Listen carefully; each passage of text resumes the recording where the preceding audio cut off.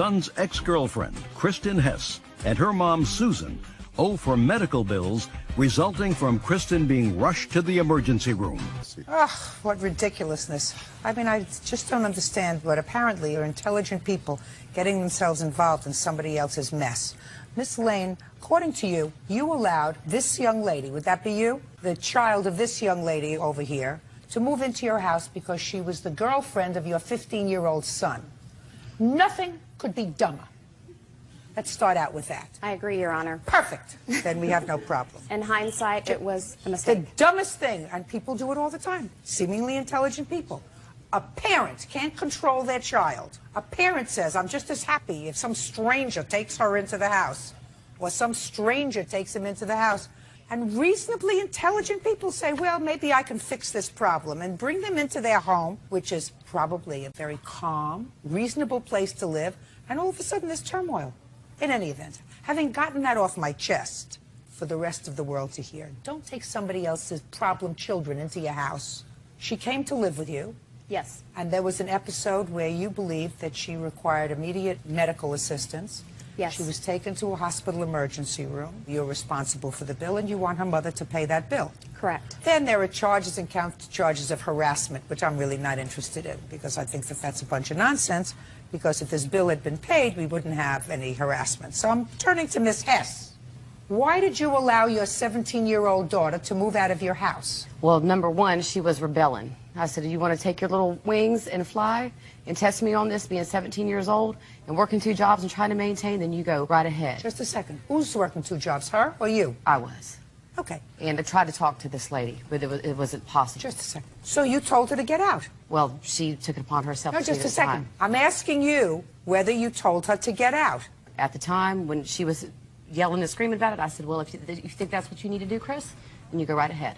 And then you're going to find out. You're talking about your daughter? Yes, ma'am. You said to your daughter, get out. 17. Rebelling. No. Did your mother tell you to get out of the house? No. What did she say? I said I wanted to go live with Francesca. And your mother said what? She said, if that's what you want to do, then go. Your Honor. What? The story that I was receiving was that Kristen was having extreme abuse issues with her mother. Who? From whom? From her mother. From whom were you receiving this story? Both Kristen and my son. All I want you to do is tell me what Kristen said to you, not your son. Where is your son? He does not want any further... He's not here. Correct. Fine, then you can't tell me anything that your son had to say, only what Kristen had to say to you. Tell me what she said about the abuse she was having from her mother. She said that there was physical abuse. She also stated that her mother had some mental issues and that there was some extreme situations regarding that. Is that what you told her? No. I What did never you tell talked her? to her about anything. That's not true, Your Honor. I didn't. Well, what reason did you give her for wanting to come and live with her? She wanted me to be a nanny. Nah, that's ridiculous. That's a lot of baloney. I don't need a nanny. Just to say, that's a lot of baloney. Her husband was going to Iraq, and she said she wanted me to move in to help with Carly. That's baloney. You just told me that you had this discussion with your mother, and your mother said you were rebelling, and you were talking back to her, and you were difficult. And you said, I want to go move in with my boyfriend. And she said, if that's what you want to do, go. So don't tell me she offered you a job as a nanny, because that's ridiculous. I think that's what it ended up being when she got there. Well, when she got there, she may have said, listen, can you help me out with the children or the child or whatever it is? That's fine. I mean, she's living there. She's supporting her. I assume you gave her no money, right? Oh, of course not. Of course. Well, that's not of course not. It's not of course not. You told her to go. That doesn't mean you're absolved from the responsibility of supporting her. She's under 18. Do you understand? Right. Fine. Okay. So, when she got there, she said, listen, you're here, you're eating my food, you're living under my roof, you're using my gas and electric and water and telephone, you can help out with the kids. But that's not why you went. Now, tell me about this episode that landed you in the hospital. You had a what? Urinary tract infection. From too much sex? No. From what? I get them, it runs my family. We get them really easily. Oh. Have you had that problem when you lived with your mother? Yes, ma'am. Has your mother ignored the problem? No, ma'am. She's taken care of the problem. Yes, ma'am. How is she taking care of the problem? She would take me to the doctor. And how often did she do that? Every time I would get sick. You know why she did that? Because she cares. No, because she cares. I hope she cares. But she did that because the law requires that she take care of her minor child's medical conditions. Otherwise, she's guilty of neglect. Do you understand that? Yes, ma'am. Perfect. Now, when you were living with Miss Lane and you got this urinary tract infection, tell me about what you did. Did you scream? Were you crying? Yeah, I was crying. Were you crying because you told her you were in pain? Yes. What did you say to her? I said my stomach hurts really bad. So what did Miss Lane do? She wanted to take me to the hospital. And what did you say? I said I wanted to wait for my mom to get off work to take me. Is that what you told her? Yes, ma'am. Is that what she told you? No. What did she say? In fact, Kristen had spent the majority of the day with her mother, and her mother had gone into work late in the evening. You mean it wasn't hurting when you were with your mother? Yes, ma'am. Did you tell your mother about it? Yes. And what did she do? She wanted to take me. What did she do? Nothing.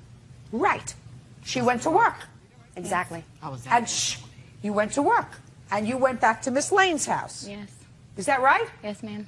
Well, if you have a history of urinary tract infections and you know that it becomes a problem and it's chronic, why didn't you take the day off from work and take her to the doctor? I told her I was going to take her the next day to doctor's care.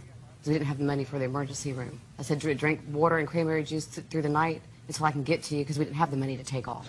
And I said, I'll take you tomorrow, first thing. Then you're neglecting your child.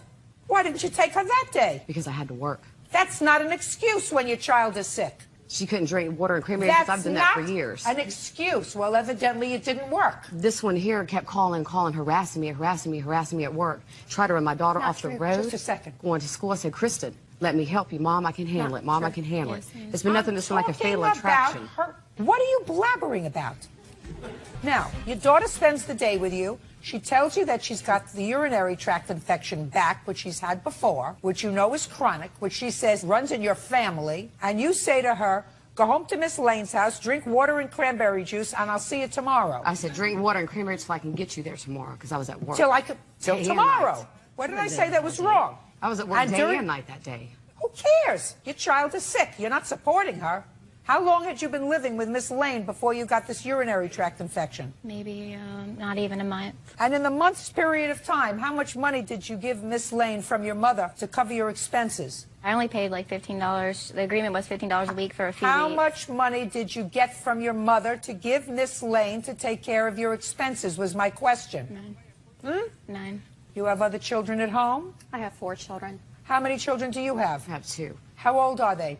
16 and 18. So you have a 16-year-old I have a 16-year-old in Virginia with her father. So you don't have any children at home? She lives with me. She wasn't living with you when she lived with Miss Lane. I didn't want her to go over there. She shouldn't have let her go over there. And it turned into a harassment thing with this lady. Ah, Miss Hess, that's a lot of excuses. If your daughter spent the day with you, day before this incident occurred, then you should have said to her, sweetheart, I was not. You're not going spending home. the day with her that day. I was at work. Oh. How much is the bill? Your Honor, I have one bill for $13.86, a physician bill for $2.11, and I also took care of all her prescription bills, which came to right around $70. But, Your Honor. Go. Can we show you on the paperwork where this one went She there? told me that she wanted to foster me. She wanted to adopt me, put me on her health insurance, her driving insurance, wanted to make me part of the family, everything. She even wrote it on the paper that she was my foster mom, told me not to worry about the bill, that she would take care of it until Colby broke up with me, and now she's trying to get me for the bill. Went back and changed You the paper. are an idiot. And that's also probably congenital. Listen to me very carefully. Your mother is responsible until you are 18, which you are not, for your food, clothing, shelter, medical care, and all other necessaries, period. End of discussion. Unless you are an emancipated minor, which I haven't heard you went to court to become an emancipated minor. Do I make myself clear? Judgment for the plaintiff in the amount of $16.67. That's all. Thank you, Your Honor. 26-year-old Crystal Quint is suing the father of her son, Aaron Steele, for more than $2,000 in credit card charges. Miss Quint, how old are you? 26. Have you ever watched my courtroom on television? Yes, I have. For how many years? Many. How many is many? Probably 10. And in the 10 years you've been watching how the proceedings go here and what the litigants are like, didn't it ever impress you that whenever you give money to a guy, you always get the short end of the stick? Yes. You thought you were different. Yes. And you thought he was different. Yes. They all think they're different. They're all the same. I know that now. You have a child with him. Yes, I do. How old? He'll be 3 next month. How many times did Mr. Steele propose marriage to you? Once. When? January 1st of 2007. And what did you say to him? Yes. But it only lasted 5 days. Just a second. You said yes. Yes. And what happened? Well, we were engaged, and then 5 days later, I broke it off. Why? Because I found out a huge lie. A huge lie. Yes. But you continued to see him. Yes. And you gave him a lot of money. Yes, I did. And you gave him a credit card. No, I did not. I did not give him the card. I used the card. You let him charge things on the card. Only for his car. And he promised to pay you. Yes, he did. And he didn't pay you. Correct. That was another lie. Yes. After you broke off your engagement with him because of a really huge lie. Now, what part of different from all the other people that you saw over 10 years did you think he was? Okay, Mr. Steele's defense is that's what couples do for each other. She gave me money, and that's what couples do for each other. Yeah, that's what couples do for each other. They help each other out. Okay, Mr. Steele. Well, you helped her out, and she became pregnant, right? Yes. And now you have a 3-year-old child, correct? Mm-hmm. Is this your only child? No.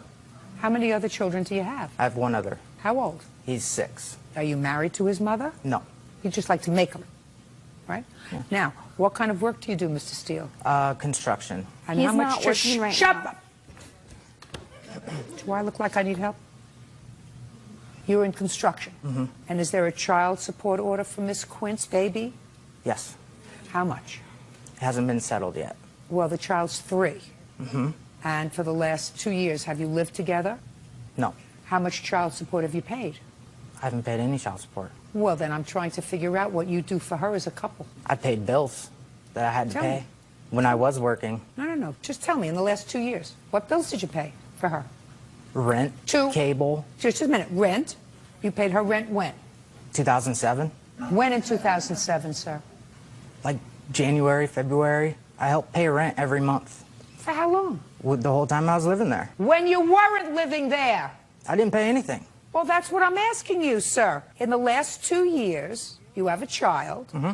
They haven't set a child support order yet, but that doesn't mean anything. The child is not, you don't put him in a vacuum for 2 years. The child eats, has clothes, has medical, has all kinds of other expenses. I want to know how much you pay Miss Quint. I assume the child is with her.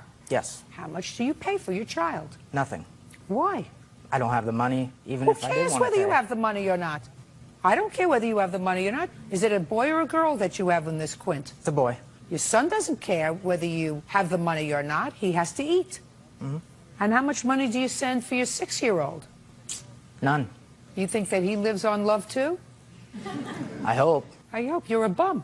You're a bum who spends a lot of money on his own jewelry. You think that I think you're cute? I don't.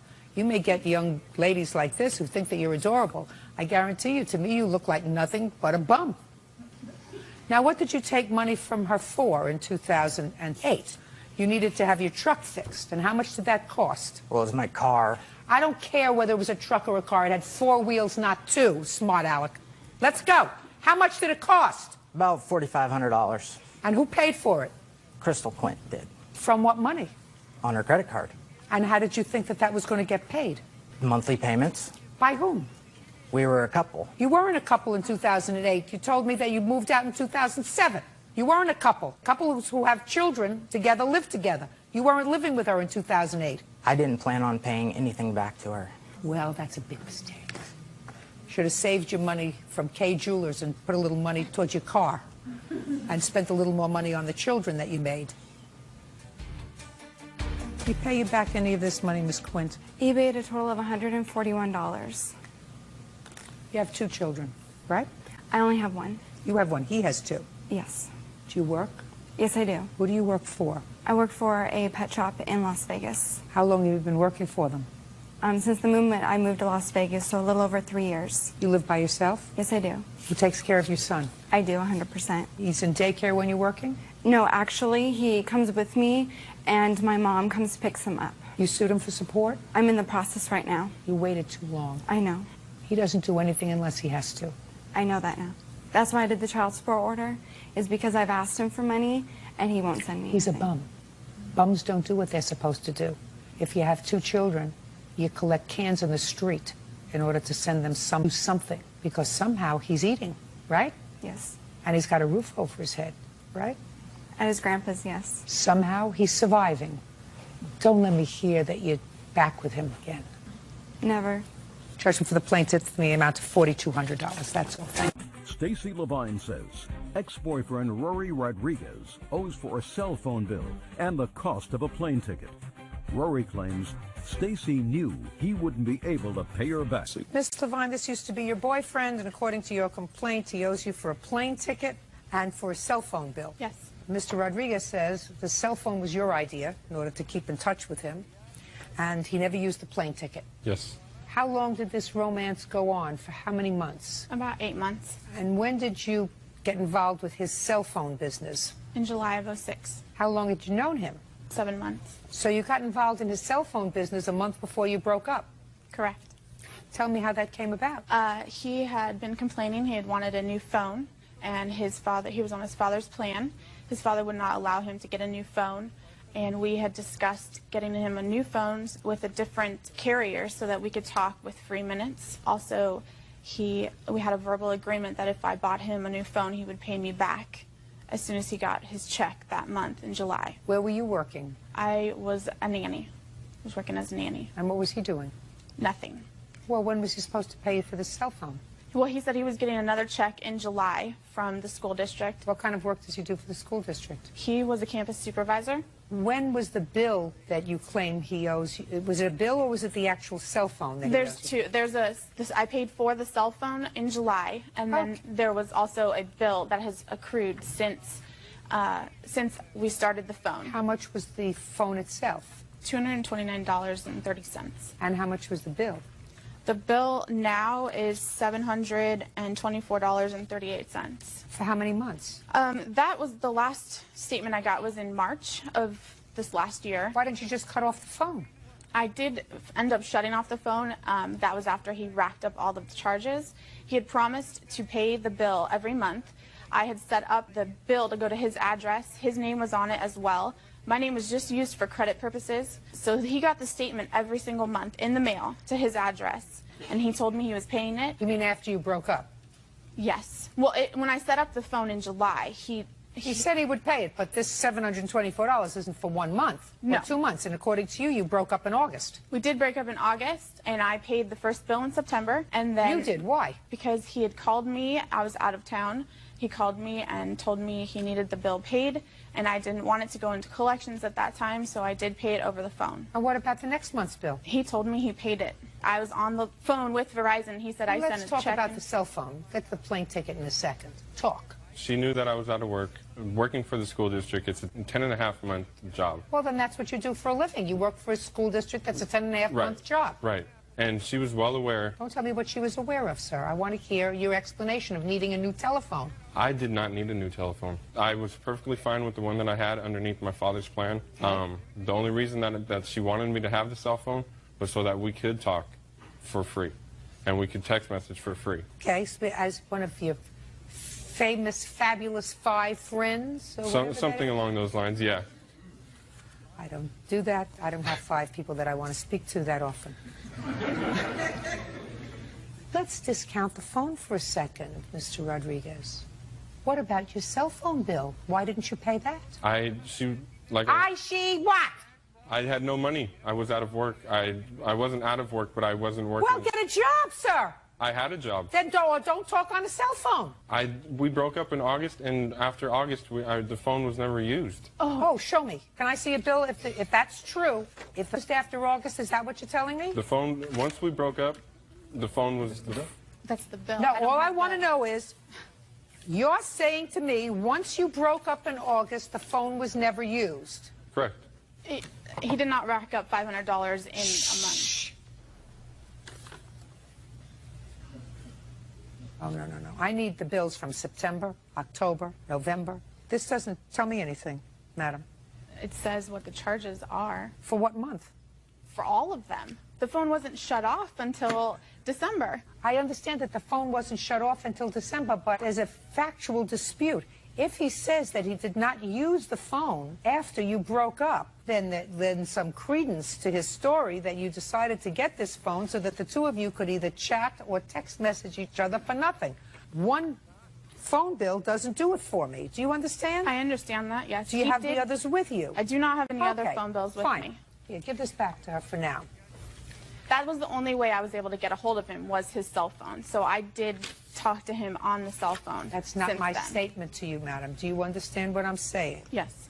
Fine. So, since you didn't bring that with you, I'm going to dismiss the cell phone portion of your claim without prejudice. You can certainly sue him for that amount of money when you have the appropriate documents to back up your story. You don't have them today. Now let's get to the plane ticket. When was the plane ticket purchased? July of '06. July what? I believe it was the 14th. And when did you officially break up with him? The last week of August. When was this trip supposed to take place? We were supposed to leave September 1st, and we broke up the very week before. 9/1. And where were you going?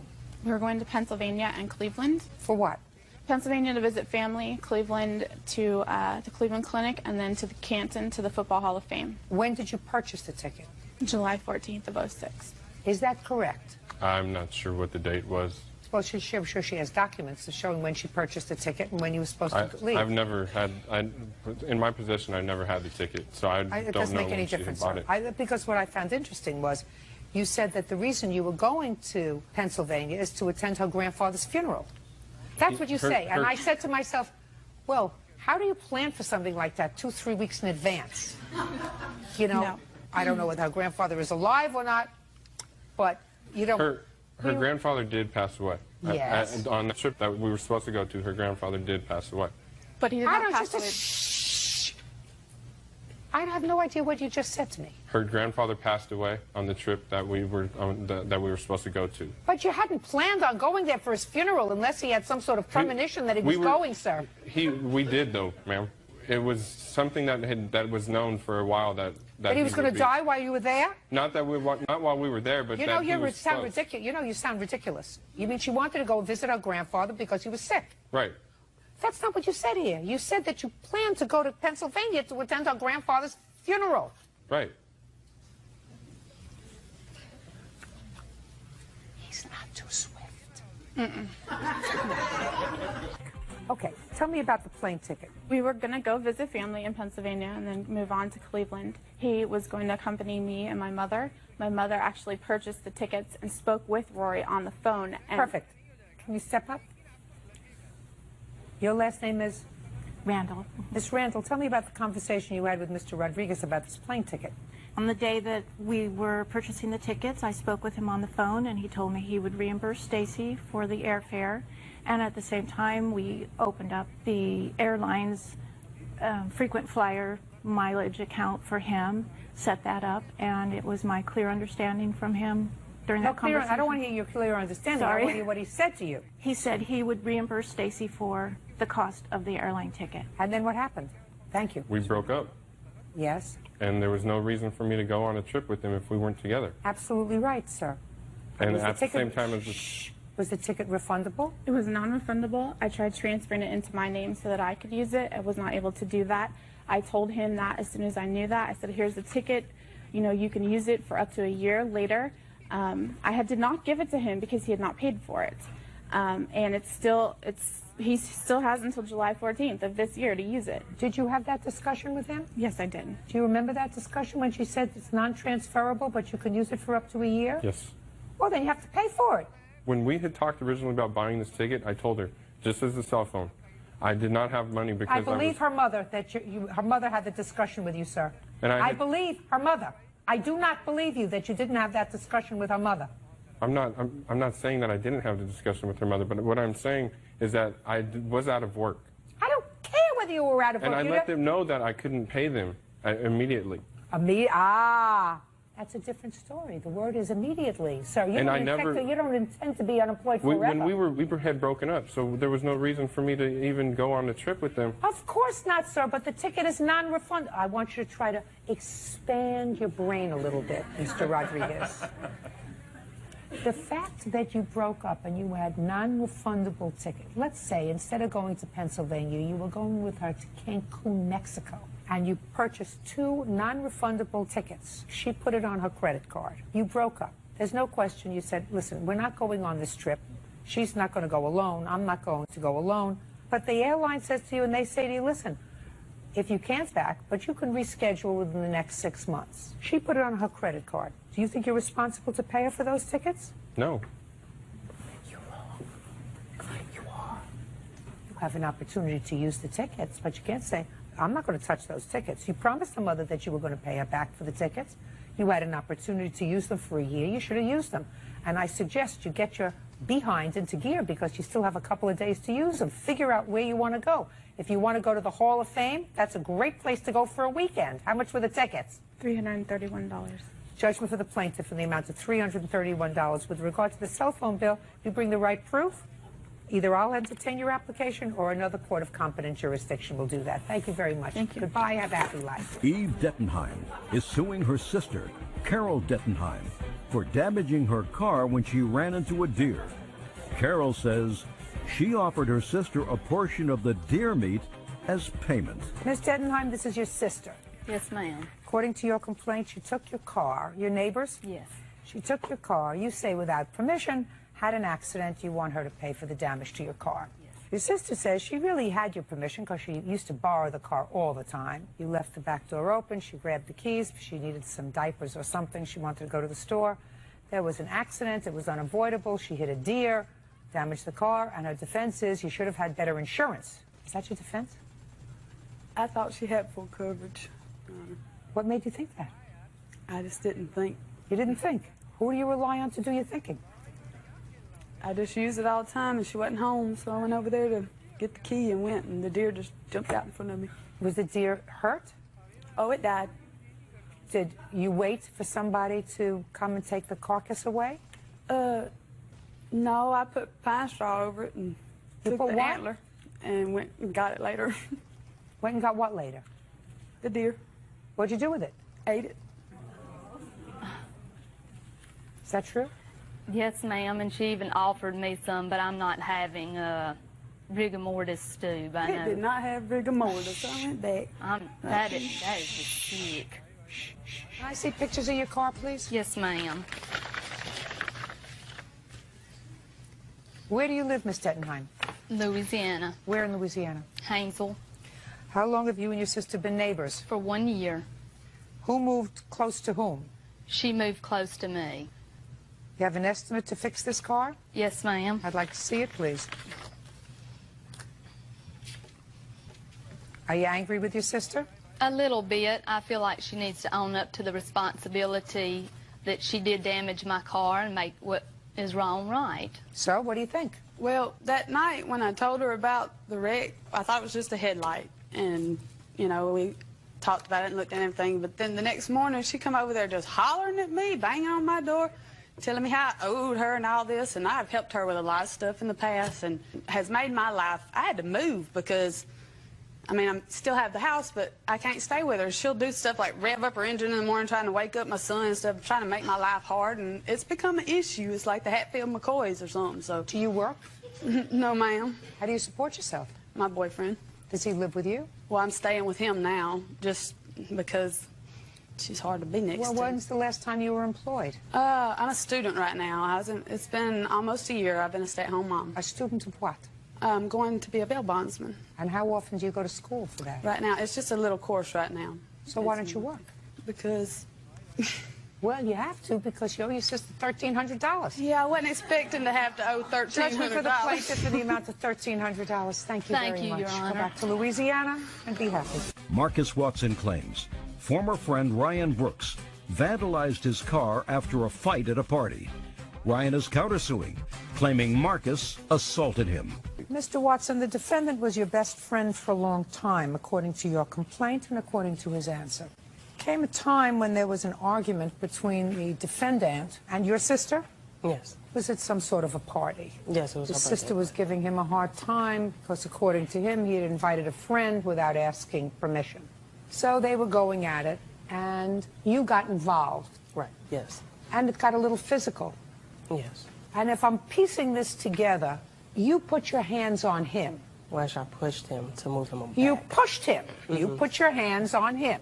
Okay, yes. And whatever happened next, it is your claim that when he left the house, which he did, he scratched your car. Yes. This part of it is easy because Mr. Brooks says he was so angry that you put your hands on him that he did vandalize your car.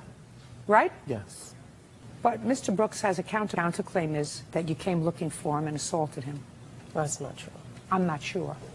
Okay. Because I've read your complaint and I've read his answer. Okay. So let's start with what the fight was about, Mr. Brooks. The fight was about that the person I brought was his best friend. They were into it at a long time ago. They were what? They were fighting, they were arguing a long time ago with his best friend, but... Whatever. That's what the fight was about? That you brought somebody that they didn't want? Yes. And who had that conversation with you? The plaintiff's sister. Is that you? Yes. Stand up.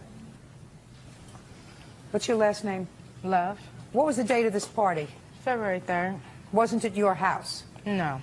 So tell me about the conversation you had with Mr. Brooks. The conversation I had with Mr. Brooks was he invited people to the house that was actually enemies of whose house I was at. And I stood calm that whole night because I'm there to enjoy my birthday. And in fact, my daughter was also there. So I didn't need any conflict or anything. So I waited. And what actually came about to have the argument between me and him that became physical was an incident happened where one of our friends had misplaced their keys, and he's making statements and gestures to other people that were there that someone was looking attractive or whatever, and actually whose house we were at, they came into the room where I was at. Please, this is getting much too complicated, Miss Love. You let things go for the whole night. Right.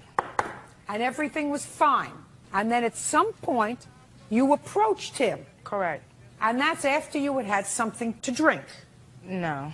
Are you telling me you were celebrating your birthday and you hadn't had anything to drink? Is that yes, what I am. You telling me my that? daughter was there, so I didn't have anything to drink. Why would I drink and my daughter was there? She's an infant. Who else was there? My brother. And who else? The rest of our friends. Don't necessarily believe you. So you waited until the evening was dying down, and then something bothered you, so you went over to him, and what did you say to him? I just asked him, why does it seem that you were trying to start a fight the whole night? Because he started fights with other people that were in the house, which the police were called to the residence earlier over something else that he started. So I just asked him, you know, why did you feel that you need to start a fight? This is my birthday. I'm here to enjoy my day. And what did he say to you? He had an attitude. He was drunk. No, that's not what I asked you. I said, what did he say? He really had nothing to respond to me. So he didn't answer you? No. And what did you do? Oh, well, I saw that it was going to become an argument, so I just walked off. How could it become an argument because if he's not responding? It was a lot of gestures going on. It was hand movements. Show me the gestures. Okay, I walked up to him and I said, why does it seem like you're trying to start a fight with everyone in this house? He was like, well...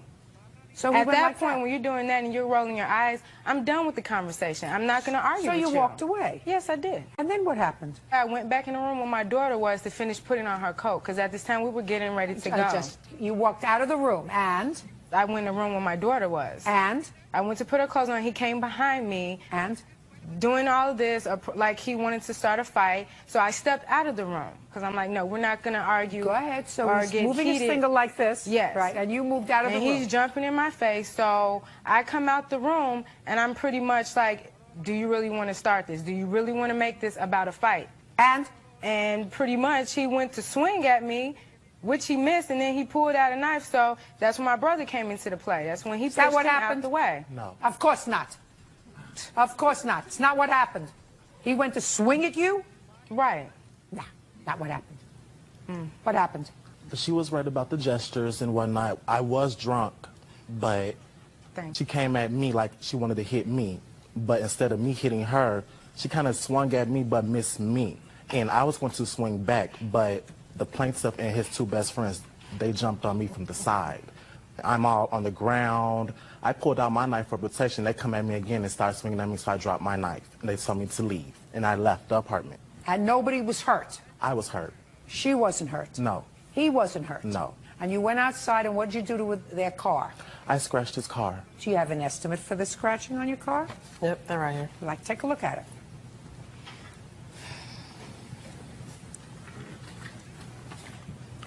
You scratched it with a knife? Glass. With glass. Okay, so now you're outside, you vandalized his car. Go. All right, so after he vandalized my car. And you saw him do that? Yes, I looked out the window because since we were still friends, I looked out the window because he was waiting on the ride to pick him up. So, I'm putting on my clothes or whatever, I want to approach him. By this time I got my clothes on, ready to leave the house, he was gone. On my way home, to drive home, I had to circle around. I saw him. He was in front of, I'm not sure the name of the restaurant.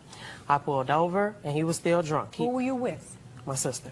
You were with your sister and the baby that she's trying to protect. Mm-hmm. Right? Mm-hmm. Yeah. So, I get out the car. So, I see he has a beer bottle in his hand. Why don't you get back into the car? Because I wanted to talk to him about my truck. Why? If you know he's drunk, and if you just saw him commit a crime, why in the world would you stop your car with your sister and the baby in the car, instead of just taking her home, calling the police, say, I just saw him vandalize my truck? Because I didn't want to involve the police because he was my friend. Then why didn't you let it go until the next day? I could have, when he was sober. It was on my chest, and I wanted because to tell you him. wanted to get it off your chest. I wanted to talk to him. Because you wanted to get it off your chest. You wanted to get it off your chest with somebody who you know is drunk, who had already left the arena. Mm-hmm. Nobody was in harm's way anymore. Okay. Except when you stopped the truck and got out. And you saw a beer bottle in his hand. So what did you have in your hand? After I saw the beer bottle, what did you have in your hand? What do you call that? A lug wrench is what I had. But he didn't know I had it at all. You had a lug wrench in your hand. No, actually it was in my pocket. Let's make it correct. Now, you're driving along, you see him in a restaurant. He was outside at that time. Outside the restaurant. Mm-hmm. You stop the truck. When do you see the bottle in his hand? When I stopped the truck. When did you get the lug wrench? After I saw the bottle. Where did you have to go to get it? My trunk. Back or front? The back. So you had to get out of your truck, go in the back, get the weapon, and then go out to talk to him. Right? Yes. Now tell me what happened, Mr. Brooks. Actually, I wasn't walking around. I was in the restaurant on the phone with my best friend that was switching phone calls between me and the plaintiff. He called me and let me know that the plaintiff was looking for me. I was sitting in the restaurant waiting for a ride to come and get me because I'm hurt. And the plaintiff comes inside the restaurant while I'm sitting down and hits me in the head. And it wasn't a lung wrench. I think it was a tire crowbar, tire gauge. And it wasn't small. It's big. I have a picture of it. I'd like to see it.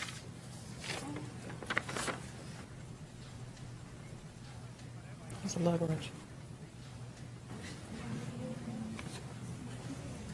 Where did you get this picture from? At the end of the incident, the police did not want to arrest nobody. They took the whole situation, so they gave that to my best friend. Do you have a police report? No. Do you have a police report? No. Did you have any medical treatment? No, I went home. My aunt, who was a certified nurse, cleaned me up. And did you take any photographs of what you looked like? Why not? Because I just wanted to go home. I was messed up, and I just wanted to go home, lay down. So what did you do when you finally confronted him, Mr. Watson? I came to confront him while he had this beer bottle in his hand. It was outside. We went inside the restaurant.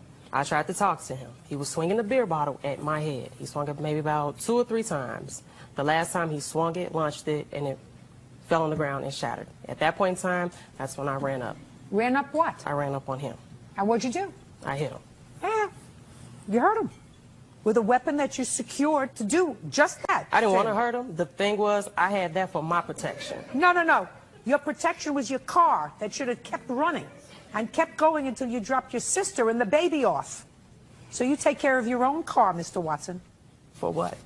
For what? Because I'm awarding him on his assault charge the exact same amount as he would have paid you to fix your car. That's why. He's got a counterclaim for assault. Do you understand?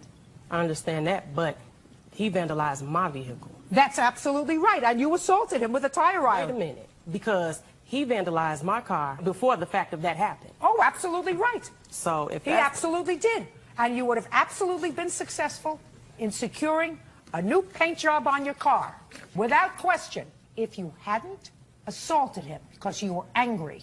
She started all of it. She really started all of it. And if you think that I believe that she didn't have anything to drink that night, you're mistaken. She started it because everything was sort of cool. All she had to do was go home. She confronted him. Okay. With an attitude, because you and I both know this is your sister. She does have attitude. Would that be a fair statement? Yes. So you take care of your own costs, sir, because the exact same amount that I would have awarded you on your complaint, I'm awarding him on his counterclaim. Because you know you had no right to vandalize his car, correct? Correct. Goodbye. I leave you both where I found you. Coach Kiev says her former live-in boyfriend, Jovial Monzon, owes for the return of property and for the cost to repair her home. Miss Kiev, how long did you and the defendant live together? We lived with each other for over 5 years. In your complaint, you say it was 6. 6 years, yes. That's when the trouble started. And during the time that you were living together, were you working? Yes, I was working. Continuously? Continuously. And what about the defendant? Was he working? No, he was always between jobs. He had over 5 jobs. How long were you unemployed, Mr. Monson? It was like a month. But other than that, you were working? Yes, ma'am. And how did you arrange your finances? In my paycheck, I pay the mortgages and bills. And what about with his paycheck? His paycheck, whenever he can help me, he'll give me some money. It doesn't seem like a very, very appropriate financial arrangement. Did you have a joint bank account? At one point, we did. Oh, fine. So you had a joint bank account.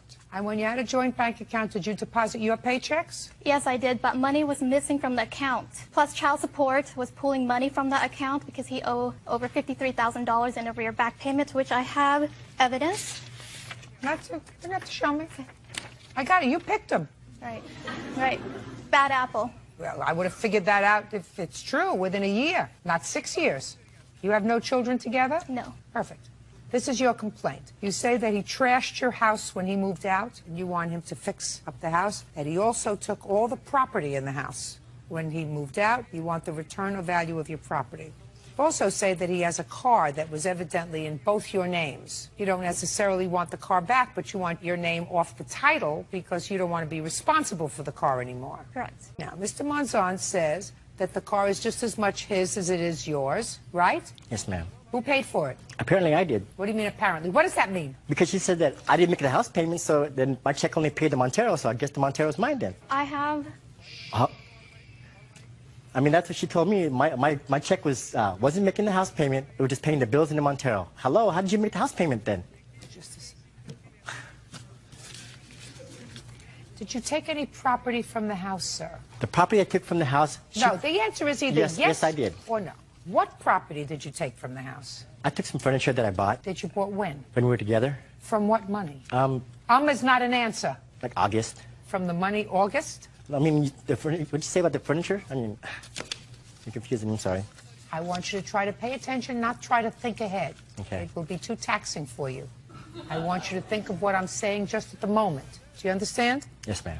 Where did you get the money from that you used to purchase the furniture? Oh, from my check, from my work, my job. Okay. Did you deposit it in a bank account? No, I gave her my check, and I had my own money. You mean you had different money from the money that you earned from your work? Since we were no longer together, as she claimed, I wasn't going to give her the rest of my check anymore. I'm asking you about the furniture that you purchased, sir, that was in the house. Yes, I purchased it. Oh. See, this is not going to be easy.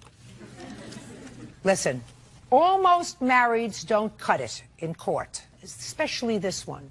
Is not particularly interested in your almost married debt, your almost married joint property, your almost married bank accounts. You choose to get married, we've created an entire and an elaborate court system to deal with that. You choose to live together without benefit of marriage. There are certain things that you're going to fall short when the relationship terminates. Do you understand? Yes, ma'am. Very good. So, you want the furniture or the car? I'll take the car. Perfect. Where's the title? I had it registered already in my name, because that's what she wanted.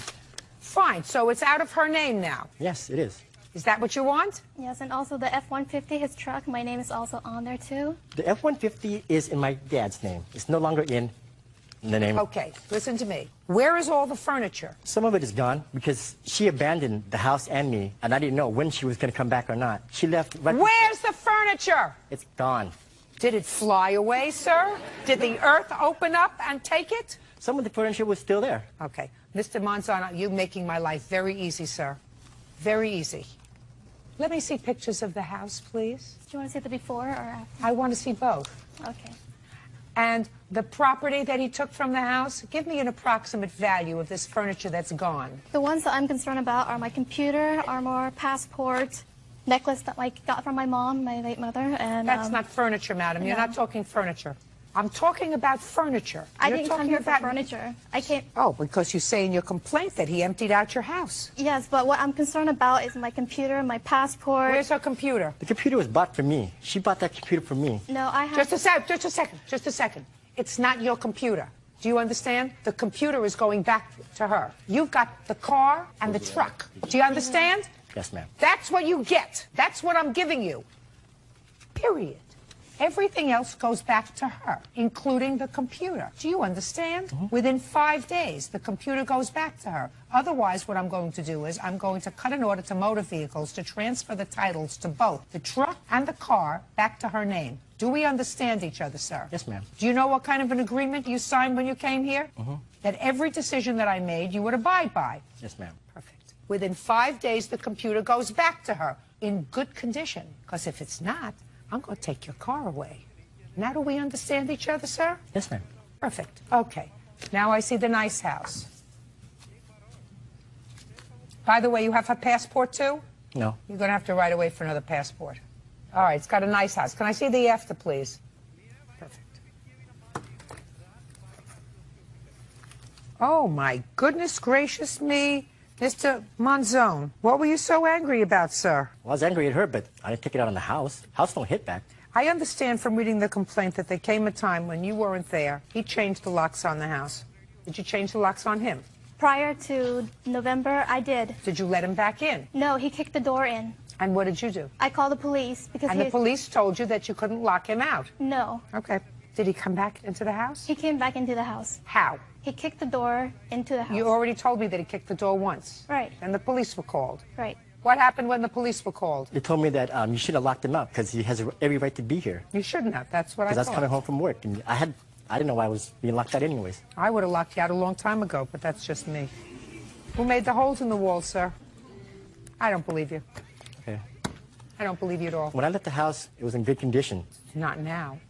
So either you did it or she destroyed her own house. Your Honor, I was served some papers from one of her lawyers saying that they hear voices in the house. And, like, if they hear voices in the house and I'm at work, hello, what did that tell you? Somebody else is in the house. Call the police, I'm being robbed. Mr. Monzon, you walked out of the house with probably the only two valuable things that were there, which were a car and a truck. Now you say one is in your father's name. How did it get in your father's name? He was the one who bought me that truck, and they just put it in our name just to show him how much they cared about us, that they didn't want nothing to do with it. He bought the truck for? For me, but to put it in our name. He put it in your name because you owed back child support, and they were going to take the truck if you put it in your name alone. Who are you kidding? No, that wasn't the reason why. Wasn't the reason why? No, but it was a very good reason. Is that smart of me to think of that? Yeah, it is, but it wasn't. Right. Right. I'm just going to cost you to clean up this mess. I don't live there, so it's hard for me to get somebody to go and give an estimate. I've been working with my realtor, and she's been trying to get someone out there also, and we haven't... Well, how do you expect me to figure it out? It's a lot of damage. I have receipt from when I installed the carpet, brand new carpet, and the stove that he damaged. I have receipts of it. In what year did you install that? It was July '06 when I had the house on the market. And was he living there in July of '06? July '06, he actually went to rehab, drug rehab. He was gone for a week. You had been living with him. So if you put the new carpet in the house, madam, it's from monies that you had pooled together. No, this is money from refinancing my house. How much did you take out of the house? I took out to pay off the car, which was $21,000 on the car, and which car? The Montero. You paid off the Montero? I paid off the Montero. I have the refinancing paperwork. Shows the check distributed to Mitsubishi. Can I see that, please? You paid off the car? Yes, I did. You want the car? I do want the car back. Oh, you want the car? But he refused to give me back the car, so I said, if you want to keep the car, then take my name off the title because I don't want any responsibility. But if I can get my car back, I would love to have my car back because I paid for that. She says she took out a home equity loan and refinanced the house for $21,000 and paid off the Montero. Is that true? I have paperwork here. I guess so. I mean, like, What year is the Montero? 2002. How much was it? $800 and something that apparently I was making the payments on. So you can't pay for both the house and the car at the same time? No, but apparently she said she was. It's her car and the house. Your Honor, the house, okay, the house, we bought the house together. I mean, like, I'm not even countersuing against that. When was the house purchased? It was purchased like 2 years ago, which my parents gave her $15,000 so she can purchase the house. We I could. got you. So, I mean, Gotcha. And the house was put in her name? no, she put it in her own name. I said the house was put in her name. Right. Why would you Because put my how mu- name in there? Why? Because you owe $53,000 in back child support. That's why. And they would have taken your house. That's why it was put in her name. Same reason that the cars were put in other people's names other than yours. Have you paid your child support? Yes, I pay it out of my paycheck. Comes Oh, out because now they take weekly. it out of your paycheck. Yes, I pay Good. it. Who are you living with now? I'm between houses. You're living in one of your cars? No. I'm supposed to be leaving to go to Denver. Apparently, I had to come here first, take care of this. Leaving for Denver for what? To start anew, to get away from the plaintiff. Where are your children? My children are in California. And where are you living now? I'm living in Benicia right now. In California? Yes. So you're moving hundreds of miles away from your children? Yes. Oh. Yeah, I know. I chose her over my kids. Stupid, huh? She gave me the choice. Listen to me. Yeah, I know. Nobody makes you make that choice, sir. You're right. Nobody makes you make that choice. Biggest one I made. Okay. Now, he does not have your necklace. He does not have your passport. He has your computer, which he's going to use. Do you understand? Yes.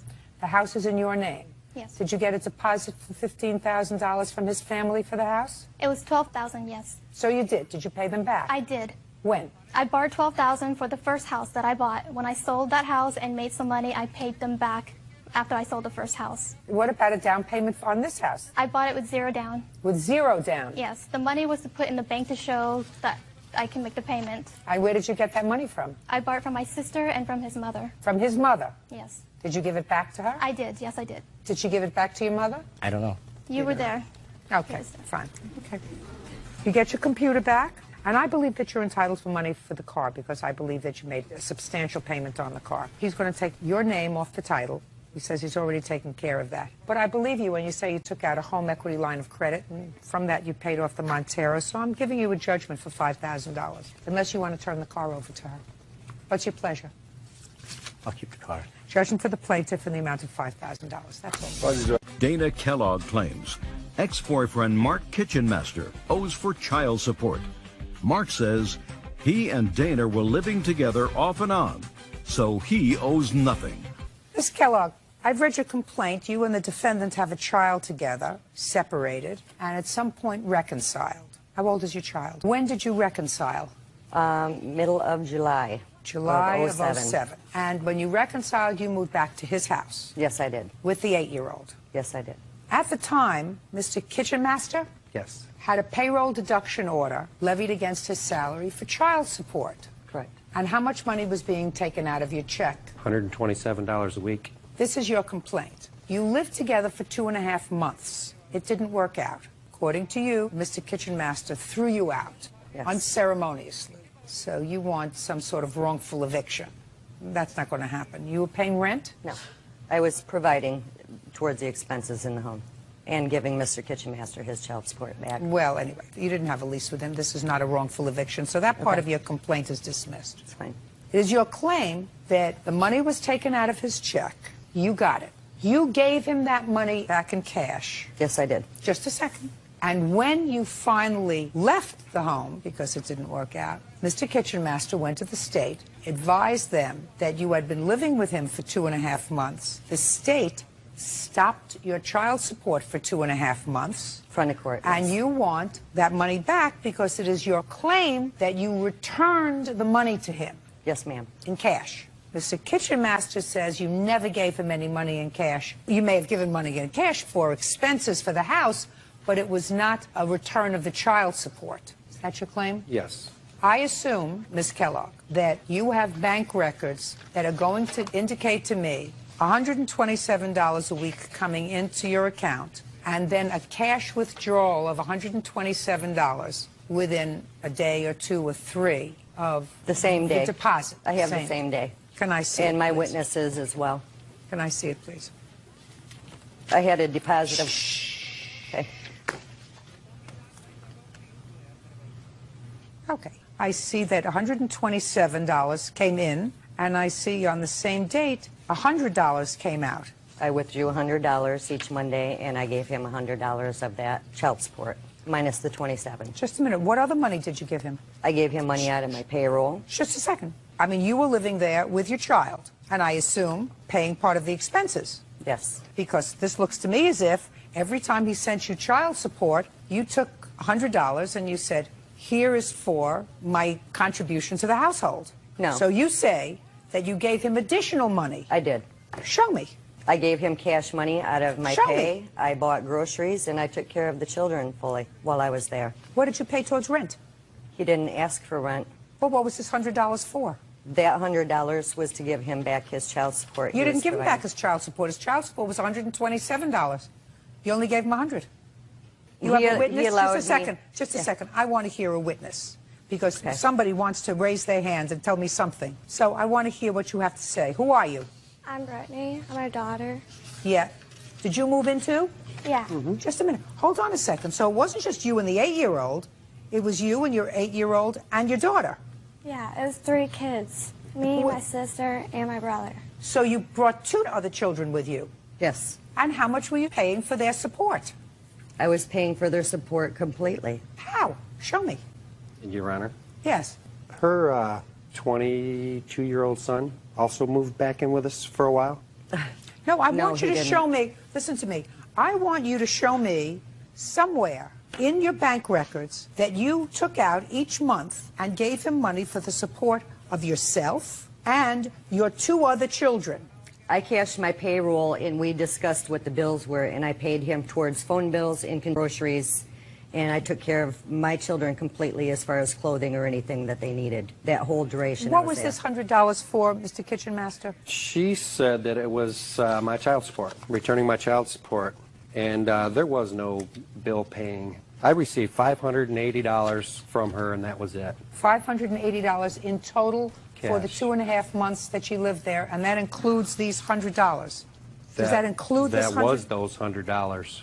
That's not these true. $100 payments? Yes, $580 total, and it would have been $600, but she had to borrow $20 back because she didn't have the money. She didn't have any money. She told That's me. not true, Your Honor. Who are I you? work at Well- Who are you? Mrs. Kellogg's witness. Come up. Tell me what you know. Tell me your name. My name is Natalie Blahos.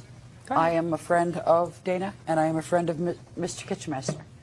At one point, when they got into an argument, and they were fighting, and they were splitting up and breaking up, I went to Mr. Kitchenmaster's house, and I spoke to him, and his main concern was that he wasn't getting his child support back.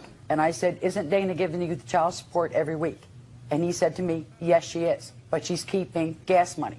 And I said, well, what is she keeping? He said, she's keeping $27. I said, well, she does have to go back and forth to work. Part of the child support is to make her able to support the children that she has. That's not true. That's not what it's for. The child support is only for the child, not for her. That's right. He was telling me... Just a second. Only for the child. Well, I'm wrong. I'm sorry. No, I'm just telling you, if that's what you think, that's not what the child support is for. Thank you. But he did tell me that he was getting child support back. You're not following what I'm saying.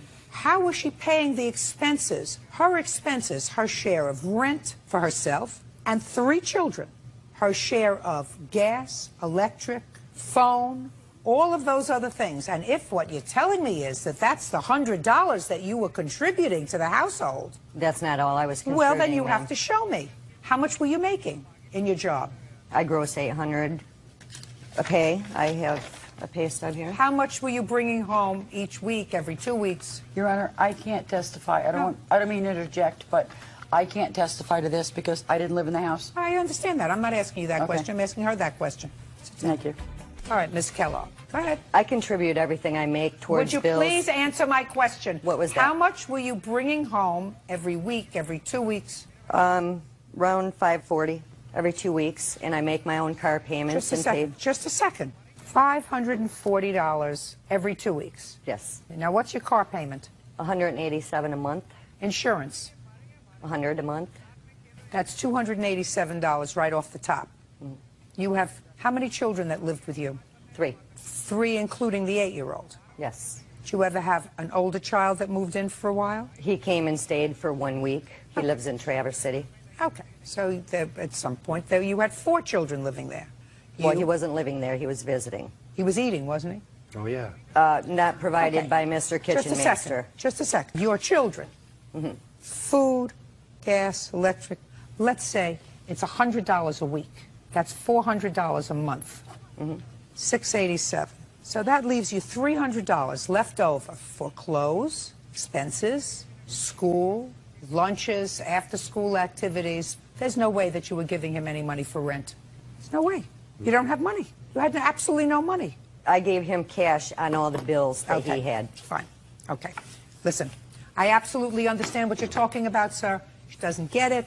She says it's a return of your child support. It wasn't. It was to support herself and her other children. Right. You're right. And I went to the front of the court, and I pulled up all my statements of what I pay a weekly. now I understand. It costs more to run a household with 6 people in it than $100. I got it. Great. How many people from your end lived in the house? I live by myself. So it was just the plaintiff and her either 3 or 4 children, one of whom is yours? Yes. Okay? And for that, she was contributing $100 a week. Sometimes. Sometimes. Yeah, your case is dismissed, madam. That's all. He's had an absolute right to get his money back. That's all. Dennis Nelson claims his adopted son, Christopher Nelson, illegally sold a Corvette he was allowing him to borrow. Mr. Nelson, this is your son. Yes. You were married to his mother, and did you formally adopt him? Yes. And you are now divorced from his Yes. mother. When was that divorce? September Of? 06. According to your complaint, you believe that your son owes you for a car that you gave to him, titled in his name, but with a condition. And the condition was the car would be returned to you if and when he joined the Navy. He told me he was already signed up for the Navy in January Right. So that was the condition that you indicated. to get him off of a motorcycle that he was riding rather recklessly. Right. And you said to him, here's a car, putting it in your name. When you go into the Navy, I want you to give it back. Right. Did you ever go into the Navy? No, Your Honor. Mr. Nelson, I read your whole complaint, and your whole complaint has sort of a convoluted story about certain trust that you had in your son to do the right thing. He took the car, he sold it to somebody else, then he took it back, and then he sold it to another person. Bottom line is, I read your complaint very carefully, sir, and your complaint is clear. Even if I believe what you said in your complaint, which was you gave him this car, you transferred the title to him, is that correct? He insured the car himself, is that correct? Yes, Your Honor. Did you pay for the insurance yourself? Yes, Your Honor. And how long did you drive the car? Only for a couple months, Your Honor. Then you sold it and bought something else. Yes, Your Honor. Mr. Nelson, stop playing with your papers. Okay. Because you're not going to understand what I'm saying to you unless you pay attention. Gotcha. If I believe what you say in your complaint, you made him a conditional gift. And the condition of that gift was that the car would be returned to you when he entered the Navy. But he has not entered the Navy. Okay. So how can you get the car back? Or the value of the car? Okay. Do you understand? I know that you're angry with him. I don't know exactly why. Maybe we can resolve that. But the conditional gift that you made to him it becomes a permanent gift if he never joins the Navy. Is it your intention to join the Navy? No, Your Honor. Why not? I decided to keep pursuing my medical field that I am now. And not join the Navy? Okay. Ever. When did you give him the car, Mr. Nelson, just for my own information? September 27, 06. And you titled it in that same month. And when did you sell the car, sir? Down in October around. Who'd you sell it to? I didn't personally meet them. My stepfather actually had it in Desert Hot Springs, and he sold it for me. To whom did you sell it? To a private party out of Banning. How much did you sell it for? Your Honor, Christopher owed me some money, so he had gotten another vehicle. So in lieu of the money that he owed me, What did he owe you money for? Personal loans. Explain it to me. Just everyday living, helping him with insurance, paying for some of his tuitions through furthering his education in the EMS field, things of that nature. How much did he owe you? About $4,500. Educations are expensive. How long have you been married to his mother? Since July of 06. You were divorced in September of 06. So how could you be married in July of 06? It was a typo on the court's behalf, and we're since straightening that out in litigation. What do you mean you're straightening that out? What does that mean? Well, what it means is there was a typo that instead of putting a 9 when the divorce would have been final, it would look like a 7. So we went forward with the wedding. Come to find out later that it was a typo, so we're in litigation now with the courts to rectify that. Why don't you just get married again? We will, sir. Ma'am, when we're done with this. Pardon me. Mayor, internet. Just a second. So let's assume he owes in the relatively short time that you've been together with his mother. How much did you sell the car for? That exact amount. To whom? I don't know the name of the person. I took the car to my place of employment, placed for sale sign in it, and 5 hours later sold the car. I don't know the name of the people. I really didn't expect this. A man or a woman? It was a man for his daughter. Did you get a check or cash? I received cash. Do you know that I don't believe a word that's coming out of your mouth? I'm sorry. Do you know I'm sorry. that I don't really believe a word that's coming out of your mouth? Do you trust him? I know it was true. Well, let me tell you something. Most of what he just told me was not true. I beg to differ, Your Honor. Oh, under you this can day do that all I you just, like. You can do all you like, sir, but I understand. I just swore between God and this court to tell the truth. Quiet. I understand why Mr. Nelson is annoyed. The truth of the matter is, he made a conditional gift, and it didn't work out the way he had assumed it was work out. He certainly wasn't giving his son a car to give to you, to give you money. And so I can understand why he's annoyed. I understand why you're annoyed, sir. Thank you. Okay? When I get a chance, I'd like to explain. Go ahead. First, the car was stolen from her. She has a judgment on it. A judgment? What do you mean it was stolen from you? He sold the car to her, not to him. Who sold the car to her? Christopher sold the car to her. Which is Christopher? Christopher. You sold the car to this lady? For $7,500. I'm speaking. No, Your Honor. You did not. No, Your Honor. It's a judgment. I'd like to explain. Go ahead. When I received the car, I heard from a friend that I believe Kelly was looking for a car around $5,000, $7,500 or so. And so me and her were talking and everything, but she only had about $2,500 to give me. I knew she was going through some hard time, so we made a verbal agreement that she was to have possession of the car and I was to retain ownership until final payment. After a couple of weeks, I kept getting the same response. How much money did she give you? She gave me $2,500 as a down payment, and then I was still waiting on $5,000 when she went down to her security lockbox at quote-unquote Pachanga. Well, after many weeks of trying to talk to her and give me the same excuse, it wasn't until after I talked to a lawyer and a detective from the Marietta Police Department about the legal part of it that I was in full right to go and repossess my vehicle. What'd you do with the $2,500? She took me to court. And what happened with it? I even told her that I would give her the What back. happened with it? I was unable to attend. What do you mean you were unable to attend? I had a class that I was already enrolled in to further my... Go ahead. I have a witness in the back You didn't know you could have For what? who will testify To what? to whatever you want to hear. Well, I He'll don't want to testify to whatever he I will want to hear. testify to the fact that he did steal the car. He was paid in Just full. a second. Just a second. You have a judgment against him for $7,500? She has the judgment. You have a judgment against him, so there's no question. A Here's court the has bill already of sales a for court, the other car. A court has already ruled on that. On that one. On this one. But the other witness will testify that he did take the car. No, I got it. He said he repossessed the car, and he couldn't go to the hearing, to the court date, because he had a class. Okay. And then he took the car back, and he gave it to his stepfather, who sold it, according to him, for Here's the bill of sales on $4,500. there.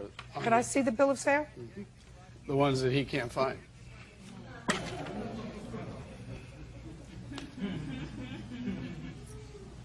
Your last name is Mater? Yes, ma'am. Well, I have a bill of sale, sir, with your signature on it, indicating that you sold this car to Joanna for $5,700.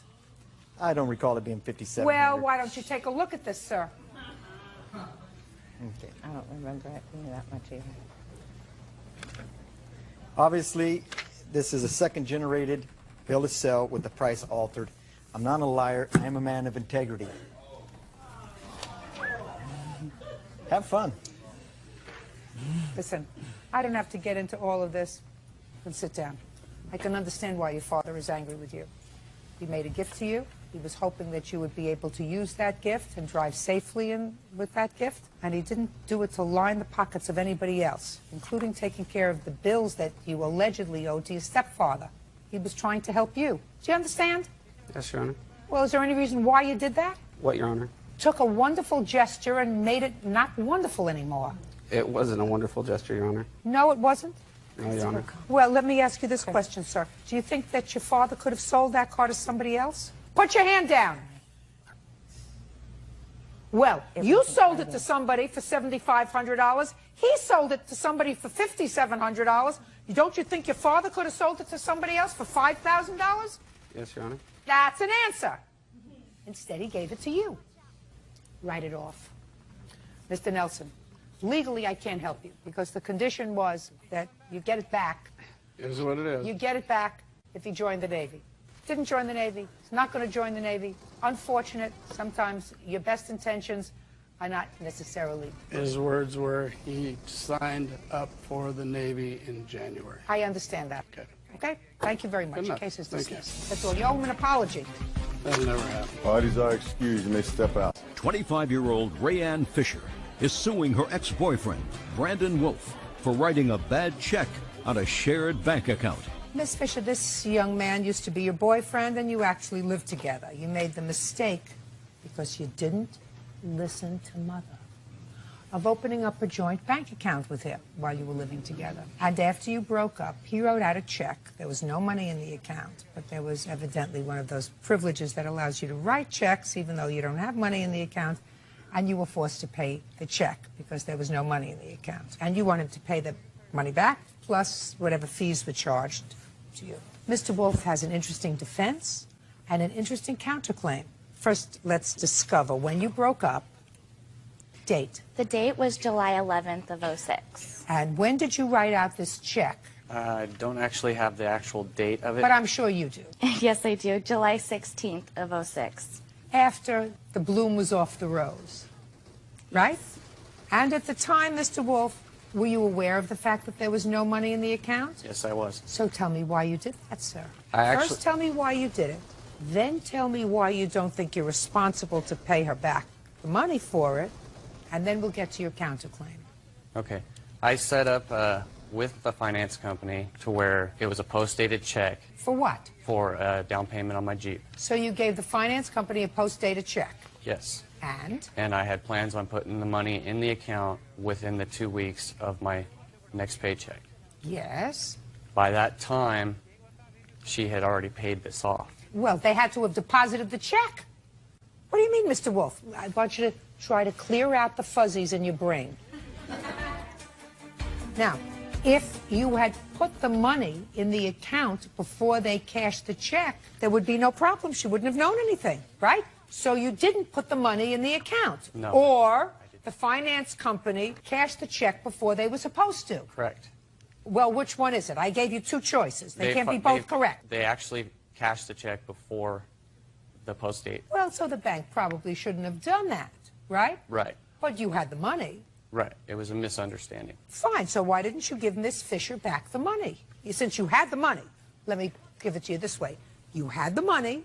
That's what you told me. Right. You were going to put it in the bank. Correct. Your finance company, for your truck, deposited the check early. That's what you're telling me. Correct. But you had the money. What's your first name? Rayanne.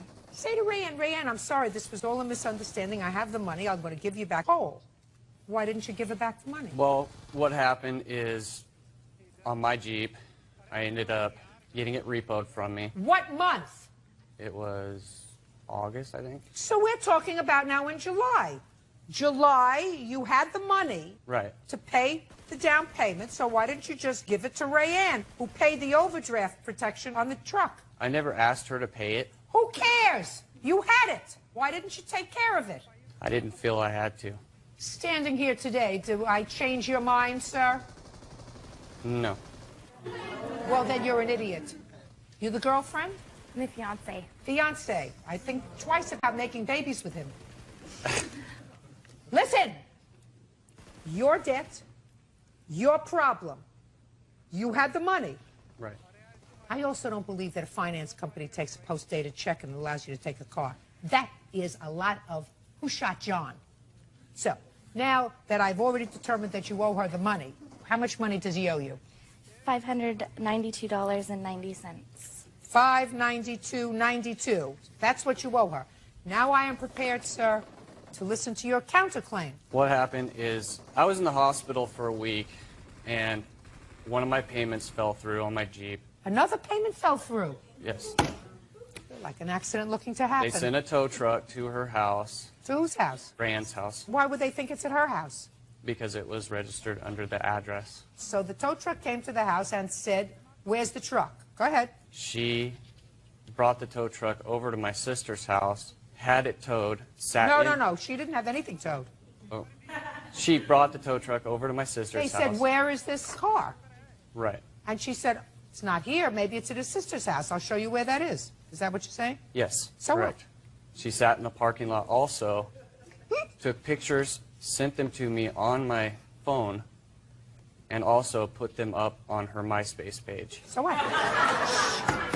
So what? I didn't feel that was right. Maybe she would have felt more kindly if she wasn't out $600 for your truck while you're fooling around with your new fiancé. Do you understand? One Yes, good ma'am. turn deserves another. Your counterclaim's dismissed. Judgment for the plaintiff in the amount of $592.92. Thank you. You may step out. Carpenter Jeffrey Castleberry is suing his former boss, Megan Watson, for non-payment of services rendered. Megan says Jeffrey's work was substandard. Mr. Castleberry, you worked for the defendant in her construction business. You quit over some social problem that you had. It seems that you were dating her sister. According to you, got into some sort of a kerfuffle with her sister and decided it would be best if you didn't work with her anymore. Yes, ma'am. So you quit. And you claim at the time that you quit, you were owed wages. Miss Watson seems to acknowledge that you were owed wages, but she said that you took some tools that belonged to her and didn't return them, but primarily that she went and examined the work that you had done and found it to be substandard, and she had to arrange to have that work done by somebody else so she doesn't owe you any money. And she's counterclaiming for the tools and having to have the work redone. It's a little nonsense. Not the tools necessarily, the work redone is nonsense. When did he start to work for you? About the middle of March of 2007. And what was the financial arrangement that you had with him? He got paid on the jobs once I got paid on the jobs. It was Is a that how- percentage of each job. Is that how you were paid, sir, a percentage of each job? I don't know if it's a percentage. It was a set rate for each job. When she was paid for it, she would write me a check and she would attach one of these pay statements, which has the check number, the date, how much I was paid, which job it was, and what I did. And each time she gave, she would give, this was the first one and second, etc. Okay, can I have it, please?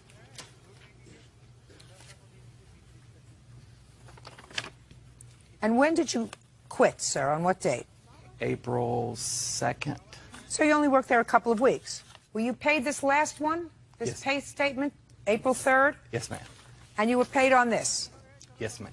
And you were paid on this? Yes, ma'am. And that's for all the time that you worked there? That was for the other jobs, yes. For the other jobs. Had you ever had a discussion with her about any work that you did while you were working for her that was unsatisfactory? No, ma'am. So any work that you did pursuant to that list that you had and work that you completed, you got one of these and you were paid for it? Yes, ma'am. Good. Now, give me the figures on the work that you did that you were not paid for. $355. Okay. But he did do this $355 worth of work. Yes, ma'am. Then you owe him $355. Yes, ma'am. There's another job that he did an estimate on for me, and per his estimate, the door was wrong. I had to pay someone else to correct the work that from where he estimated the door being wrong. You mean he measured it wrong? Yes, ma'am. It was too small. Show him. Mr. Moore's door that you measured, and you said it was a 6-0 door. Mm-hmm. The rough opening on that door was... Door that we both measured. You measured that door. We both Just a measured. second. You said that you measured it and she measured it? Yes, ma'am. Tell me about that. As we measured the door... Who's we? Her and I. You were there together? Yes, ma'am. Were you there together? Yes, ma'am. Oh, then you have a problem. You're the construction boss. Yes, ma'am. So? I did measure the door. I wrote the information down that he gave me and consulted Were with the you customer. there? Yes, ma'am. Oh, then you should have checked him a little bit better. You owe him $355. Now, are you angry with him for some reason? Yes, ma'am. Why? Because he stole some of my tools, and I have Okay. the receipts for those. Tell me what tools he stole. I have a reciprocating saw that I purchased right here. Do you that have I that? no longer have. No, ma'am. Where is it?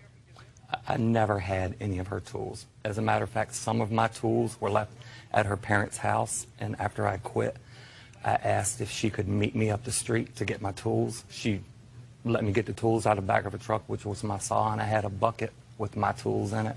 And she was present when I did that. Is that right? Yes, ma'am, but I believe my tools were in his bucket because we worked out of the same truck.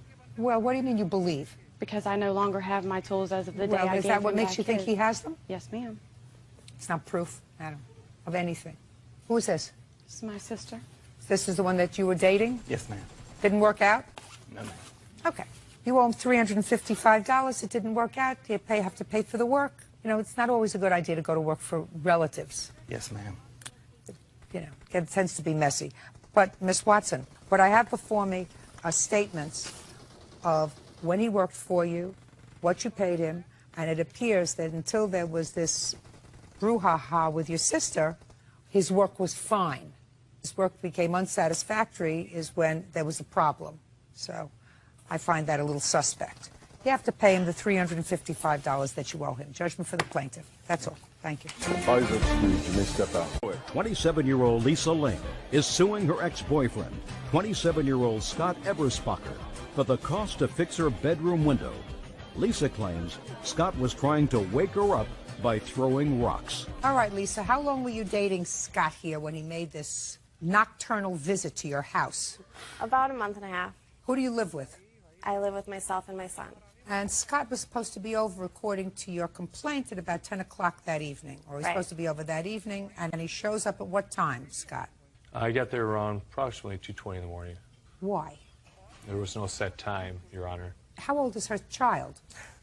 He would be 4. There was no set time? He was supposed to be 2:30 there in the morning is not an appropriate time to go visiting, sir. It's a booty call, Your Honor. What? It's a booty call. She always calls Don't be later. smart. He was supposed to be Just there a before second. 9. Don't be... Listen, when I speak to you, you'll answer me. Right.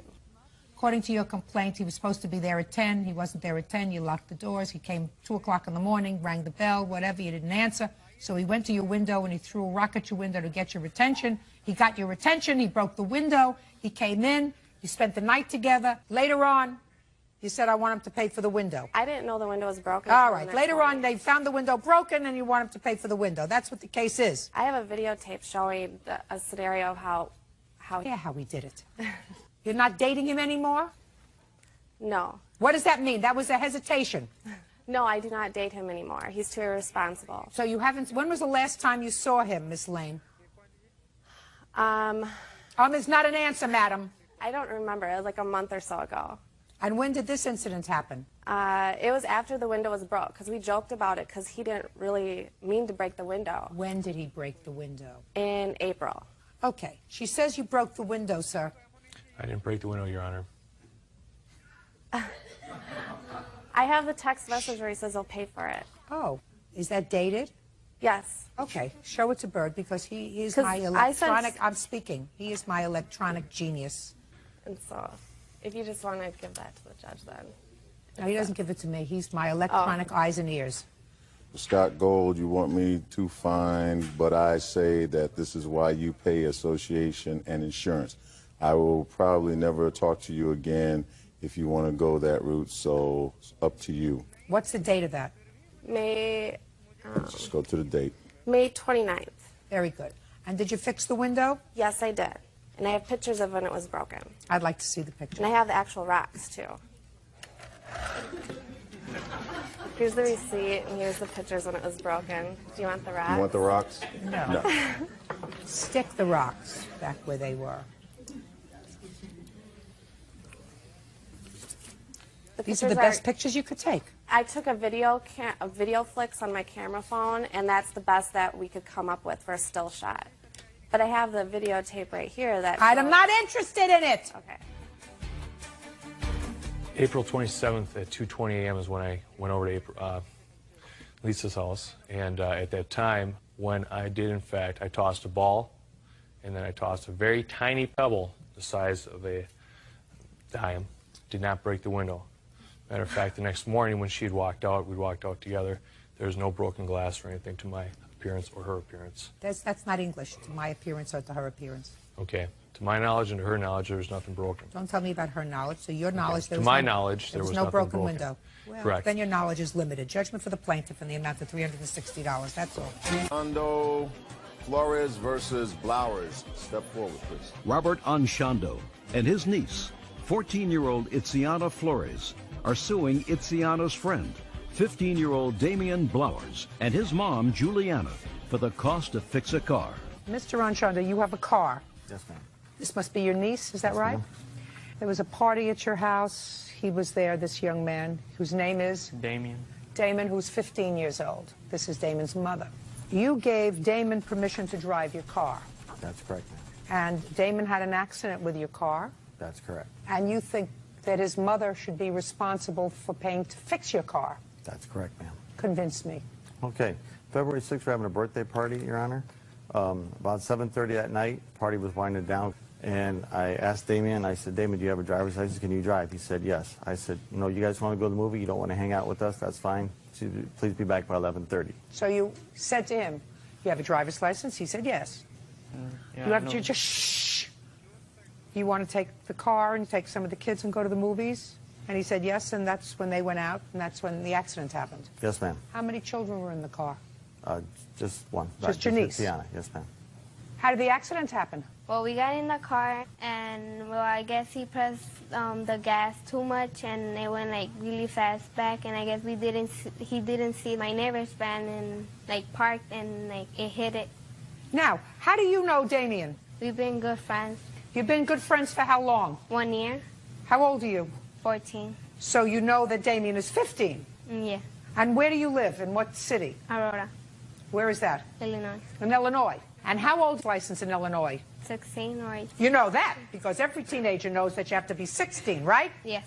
So you knew that when you got into the car with Damien, he didn't have a driver's license. Yes. Did you tell your uncle? No. Do you love your uncle? Yes. But you didn't tell him that Damien didn't have a driver's No, it's license? because I didn't know. Of course you knew. If you knew him and you were his friend and you knew he was 15 and you knew in your state you have to be 16 to have a driver's license, you knew he didn't have a driver's license, right? Right. Do you have children? No, ma'am. Well, then I really can't fault you. Do you know when a teenager is lying? Not exactly, no, ma'am. I'm going to tell you, when their mouths move. Yes, ma'am. It's your own niece. She didn't say to you, uncle, don't give him the keys to the car because he doesn't have a driver's license, right? Yes, ma'am. And let me tell you something else. If something happened to him and her in the car, you know who would be responsible? I would, Your Honor. His mother's not responsible. His mother didn't give him the keys to a car. You gave a minor the keys to a car. He was a friend of your 14-year-old's niece, which should have put you on notice right away that he was not old enough to have a driver's license. And when you said you have a driver's license, you should have said to him, let me see it. Yes, Your Honor. Your Honor, he doesn't look 50. He looks 17. The guy, he was very polite. He was very much a man there. I'm not talking to you about perception. I'm talking to you about the law. Yes, ma'am. The law doesn't want to hear, well, he looked older. If it doesn't work with statutory rape, it doesn't work with a car. Do you know the analogy, sir? Yes, Your Honor. The analogy is, well, she didn't look 13, she looked 20. You know how far that goes in sentencing? Not at all. Same way with a car. You don't give your car to anybody unless you are positive that they are licensed by the state to drive it. That being said, sir, did he ask you if you had a driver's license? No, we did not, ma'am. No, I didn't think so. Okay, your case is dismissed. That's all. Parties are excused. You may step out. Samantha Cameron is suing ex-boyfriend Christopher Potts for the return of furniture and appliances, as well as rent money and a security deposit. Christopher claims he owes her nothing. Ms. Cameron, you and Mr. Potts were in a relationship. According to your complaint, you decided to relocate with him. You got a job opportunity in Florida. You went down to Florida, two of you, you found an apartment, you put down a deposit, first month's rent, and Mr. Potts went down to Florida before you did. Correct. When he got there, he had a change of heart. Is that right, sir? Yes, ma'am. Why did you have a change of heart, sir? Well, because at the time she wasn't actively looking for a job in Florida, and I didn't feel like she would be a real reliable person to share all the bills with. So you were sort of looking for a solid business partner. Well, I didn't want to put myself in a hole. it would have been easier for me to take care of myself versus me taking care of myself, another person, a small child. Because you have a daughter who was relocating with you. Yes, ma'am. Okay. Now, Mr. Potts, how much money did she put down on the apartment? I'm not sure exact dollar figure. You know the exact dollar figure. Yes, ma'am. It was $877.50. So my question to you, Mr. Potts, is what arrangements did you make to get her back her $877? Well, there really wasn't at first any arrangement because the money that she put down towards the apartment is basically money that I put towards the cost of the moving. Well, because you were supposed to move. Well, I was moving. You both were moving. Right. If we're both moving, then we both should be coming out of pocket for money. Well, how much did you pay for all the moving of her stuff, sir? All right, I had purchased their shipping containers where you load them up yourself. Well, originally I only needed one. The pods were originally $850 a piece. I had paid the $850, and to get an additional pod was $850, so $1,700. Show me that you paid for $1,700, sir. Show me. I can't. Why not? Because I don't have receipts for that. Where'd you think you were coming to today? To the beach? Well, that was 7 months ago, so. 7 months ago is a minute, sir. So, I'm going to ask you again, what arrangements did you make to get her back her money, $877? Well, I paid over $900 to ship her stuff back, which... As well you should. I don't agree. Well, I don't give a rat's behind whether you agree or not. Whether you agree with me, Mr. Potts, is not particularly relevant in my life. That's why you come to court. I don't believe you, sir, that you paid $1,700 for a pod for you and for her. For two of them. They're $850 a piece. What I'm telling you, sir, is show me. Other than your great looks, Mr. Potts, what you have to do is have proof. Proof is a receipt, a paid bill for exactly what it was, and you don't have it. No, I don't. Right. You chose to breach the agreement that you had by telling her once she had sent down her stuff that you didn't want her to move there for your own reasons. No, for the reasons that it was better for everybody. Fine. Listen to me. That's a judgment that you made. Fine. But then, once you have made that judgment, what you have to do is make Miss Cameron whole. Whole. Which I did by sending her the I'm belongings. speaking when my mouth moves, yours doesn't. By making Miss Cameron whole, you have to return her property to her at your expense. It would be untoward of you to think that you changed your mind and now you say you want your stuff back. You have to pay for the shipping of it back to New Jersey. That's ridiculous, Mr. Potts. Now, I believe him that he packed up your boxes and sent them back, that he spent money, as well he should, because it was his option to change his mind, thereby voiding the agreement that you had to move in together. Now, if you want these other items, washer, dryer, table, and chairs, you can make arrangements to get them at your expense. Do you understand? Because I don't think you really want. That was part of our agreement. Well, it's unfortunate. I don't know if I believe you. In any event, he owes you $877, which was your down payment. Have you sent it? No, ma'am, I have not. Send it. Judgment for the plaintiff, $877. Thank you. That's all. George Heath claims neighbor 17-year-old Marquise Peppers falsely accused him of being a pedophile and then assaulted him. Mr. Heath, Mrs. Coleman is your neighbor, and this is her son. Affirmative. Hmm? Affirmative. You are 17. Yes, ma'am. But large for your age. Yes. And it is your claim that Miss Coleman's son assaulted you. Assault and battery, ma'am. Depends on where you live.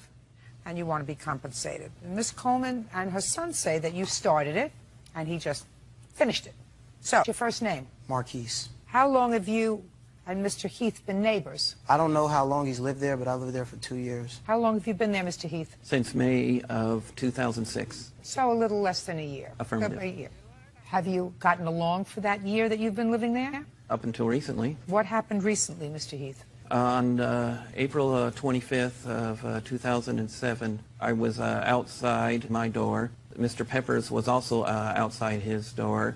He was calling me a pedophile. He was saying I should never, never, never say the name of his little sister. I admit I may have started behavior that was more of an interest to a proctologist. But I don't know what you mean by that, sir. I was upset that being called a pedophile after 30 years of being a registered nurse here in California. So he was calling you names and told you never to mention the name of his sister. What did you say to him? Well, he challenged his authority by claiming that if I said the name of his sister one more time, that he would beat me down. Being that I was very upset because of the general rumor within the neighborhood of me being a pedophile, I did say her name. Her name is Sanji. And then what happened? I repeated it a few times as he So you came taunted closer. him. You were a grown-up. Yes, I was an angry You were a grown-up. grown-up. You were an angry grown-up. Yes. And he had called you a vile name. Quite, ahead. especially when I have no record anywhere. I understand you have no record anywhere. Okay. Got it. So you were taunting him, and what did he do? He pushed me, and then, How did he push you, Mr. Heath? I do believe, I will take his word for it, that he belly bumped me. Okay. I turned to catch myself, and I was struck on the back. I cannot say exactly if it was him or his friend LJ, but I did Was his sustain friend an injury LJ to my with back. him? He was right next to him, shoulder to shoulder. So they both came over to you after you had repeated his sister's name several times. Affirmative. And he belly bumped you. When you turned around, somebody hit you in the back. Yes, well, turning around in that, I was trying to catch myself as I was falling. And as a result of that, were you injured? Yes, I have a report from my chiropractor that I have injuries from T6, that's thoracic spine vertebrae 6 to 7. These were significant enough for me not to be able to work for 2 months, which I have documentation from my employer of such. All right, Mr. Pep, let me hear you, sir. Yes, ma'am. On the day of that incident, the day before, we had got into like 2 days before we got into an argument. About what? I was sitting outside because my friends stayed next door to him. And I was sitting outside talking to them, and then my sister... Talking to whom? My friends that stay next door to him. And so I'm sitting outside, and then my mom calls me, and she sent my sister to come get me. And my sister comes, and she says, Marquise, your mom wants you. And then so he reaches over, and she's in between these stairs. He reaches over and pats her on the head. And I say, man, don't touch my sister. Why not? Because, like, I don't know what it is, but ever since he's moved there, I've been, like, real uncomfortable around him. And he's, like, he acts real... friendly stuff towards kids, like, little girls. And I just, with my sister, I keep, I'm overprotective about my sister. And so... But he just touched her on the top of the head. I know, but it was like the way how he did it. Like, he rubbed his hand through her hair. And like, and I didn't like the way it happened, but I wasn't disrespectful to him. I just said, can you don't Fine, touch my you sister? said, don't touch my sister. That's all you said to him. Yeah, but as I said that, my mom walked out, and I told her what happened. And then so they got into an argument. Did you get into an argument, Miss Coleman, with him? As I walked out, I heard George yelling at my son, and all I heard was the end of the conversation. And I asked What him did you hear? He was calling my son ignorant and a pervert for saying what he said or whatever. Well, did you say anything to him? I said, don't touch my sister's head, and he called me a pervert because he said that I was looking at him as that, like, I don't know why he said it, but he just called me a pervert because I told him not to touch my sister. And then? That's when I came out. And I heard them arguing, and my son said, George touched Sanji, and that's when I went to tell him he doesn't have to put his hands on her, do not touch her. Did your son tell you how he touched her? No, well, why didn't you get that information, Miss Coleman? I did. When I came over, he said he touched Sanji on the head. And right then when she said he touched Sanji, I just verbally told him, to keep his hands off my daughter, and I asked my children to come into our yard. Okay, so that was a couple of days before. Yes, ma'am. And then what happened, Mr. Pepper? And then the day of the incident, we were outside, we played basketball and all of that outside, and George comes out and was playing the guitar to the little girl in the window, and I was just sitting there. Playing a guitar? Yeah, playing a guitar and singing to her. But he's sitting there playing a guitar to her, and that's not my relative or anything, so I didn't say anything about that. And somehow he got into an argument with other kids that was on the block, and so they were arguing, and somehow they said to him something about, oh, you touch kids and stuff, and he was like, yeah, I touch a lot of kids. And he started naming off kids on the street, like girls and stuff that he's touched, and then he somehow said Sanji's name, my sister. And then so that was when I got into the conversation. I asked him, I said, man, don't talk about my sister. Did you call him a pedophile? No, I've never called him a pedophile. Did you call him a pervert? No, I've never called him a pervert. What did you call him? I didn't call him anything. I just said, do not touch my sister. Okay, and what did he say to you? And he got into an argument with me, calling me a pervert and that I'm immature and stuff because I'm calling him out on stuff. And I'm like, I didn't say anything. All I said was, don't touch my sister. And then so we're sitting here, we're arguing. And I stepped back, and my friend was with me also, and he was talking to him. He was like, there's no need for you to say her name. And I pulled him back, and George says it again. He was like, oh, what do you mean, Sanji? And I was like, don't say her name. And then so he takes off his glasses, and he untucks his shirt, and he steps up to me, and he says, what do you mean, Sanji, Sanji, Sanji? And so I had chest bumped him, and he, you know, it was like a fake stumble type, and he just stumbled back and hit the wall and purposely fell to the ground. And he made a lot of like weird noise and stuff that, you know, you could tell that it was being act.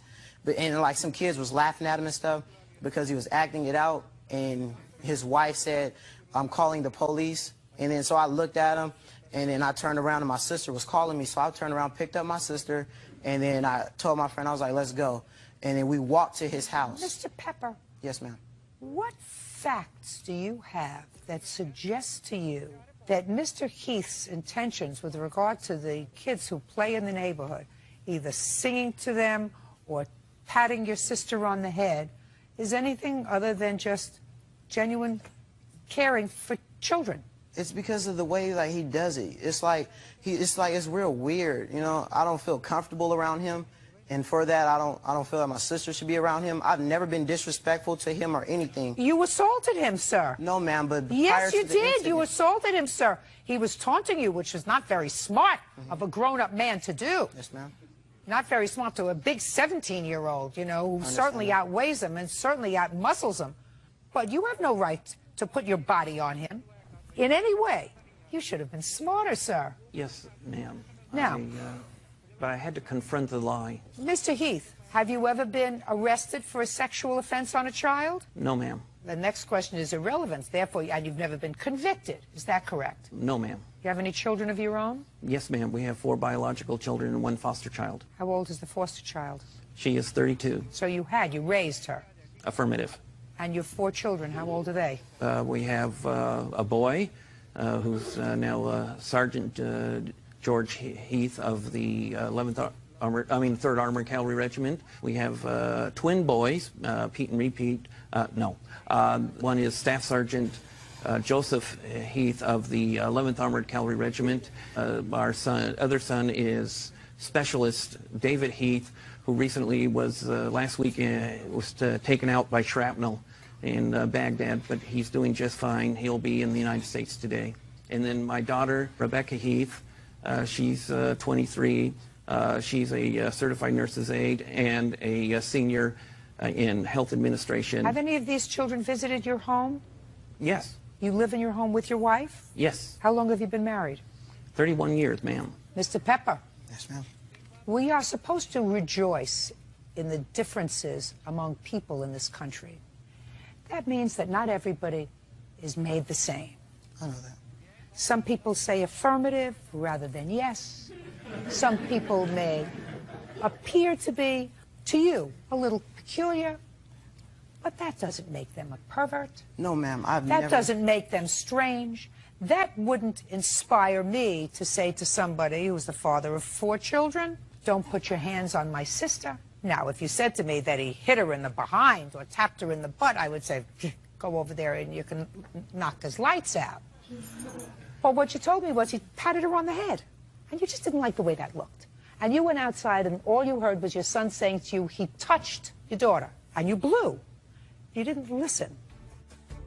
I think that what you have to do is celebrate the differences amongst people, Mr. Pepper.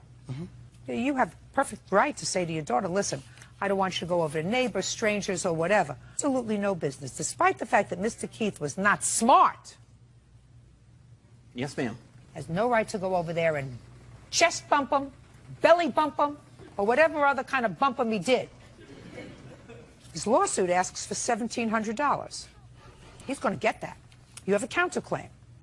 Counterclaim is that he filed false charges against you with Child Protective Services. When did he file charges against you with Child Protective Services? Per the letter, it says on 5/2 that there was an investigation. And what makes you think that it was Mr. Heath who filed those charges? Okay, when we went to court for a restraining order, that was denied. Mr. Heath subpoenaed the CP. Who went to court for a restraining order? George filed a restraining order on me and my son. Well, he should have. Right. Your son used force against him. Right. Was it granted? No, they were both denied. Oh, that's ridiculous. In my judgment, it's ridiculous. what grounds do you have to file for an application for a protective order against Mr. Heath? Because when the incident happened, my daughter constantly goes over there, and it's like everywhere my daughter is, he's behind her. Like it's in a place that he goes across the street that my daughter plays at. He's never over there, but every time my daughter is over there, George is over there. You know what I'm saying? It's like it seems like everywhere my daughter is, I see George. Normal places where he doesn't go. He's normally in his yard. Like he comes in my yard and uses the water hose. He was told by the judge, he was told by the police officers that he keeps calling on me to stay away from us. We were told to stay away from each other. I agreed. But he constantly, like if my daughter's in the yard, I don't let her out the yard because of the situation. I'll make her stay in the yard and ride the bike. George will come over, open the gate, and use the water hose, or, you know, just do stuff to, you know, to have me try to have confrontation towards us. What proof do you have that Mr. Heath called? I don't have proof that he called, but for our restraining order, he had all the information. How does he know that CPS came to my house? When we went to court, he filed a subpoena for the CPS worker to come to our restraining order. That's how I assumed that he called, because... Did you have that information, Mr. Heath? The reason I know that Ms. Johnson is a child protective worker is that she was at Ms. Coleman's door, and when I saw her, and I said, I don't think Ms. Coleman's there. She asked, you know, who are you? I identified myself and where I live, and then she identified herself, and we went into my apartment, and we had a discussion concerning, well, actually, one of the things we discussed is whether or not I am a pedophile. Obviously, I'm here, not arrested, so she felt there was no basis for the allegation that I'm a pedophile. Did you make a call to Child Protective Services, sir? Can I leave that under confidentiality?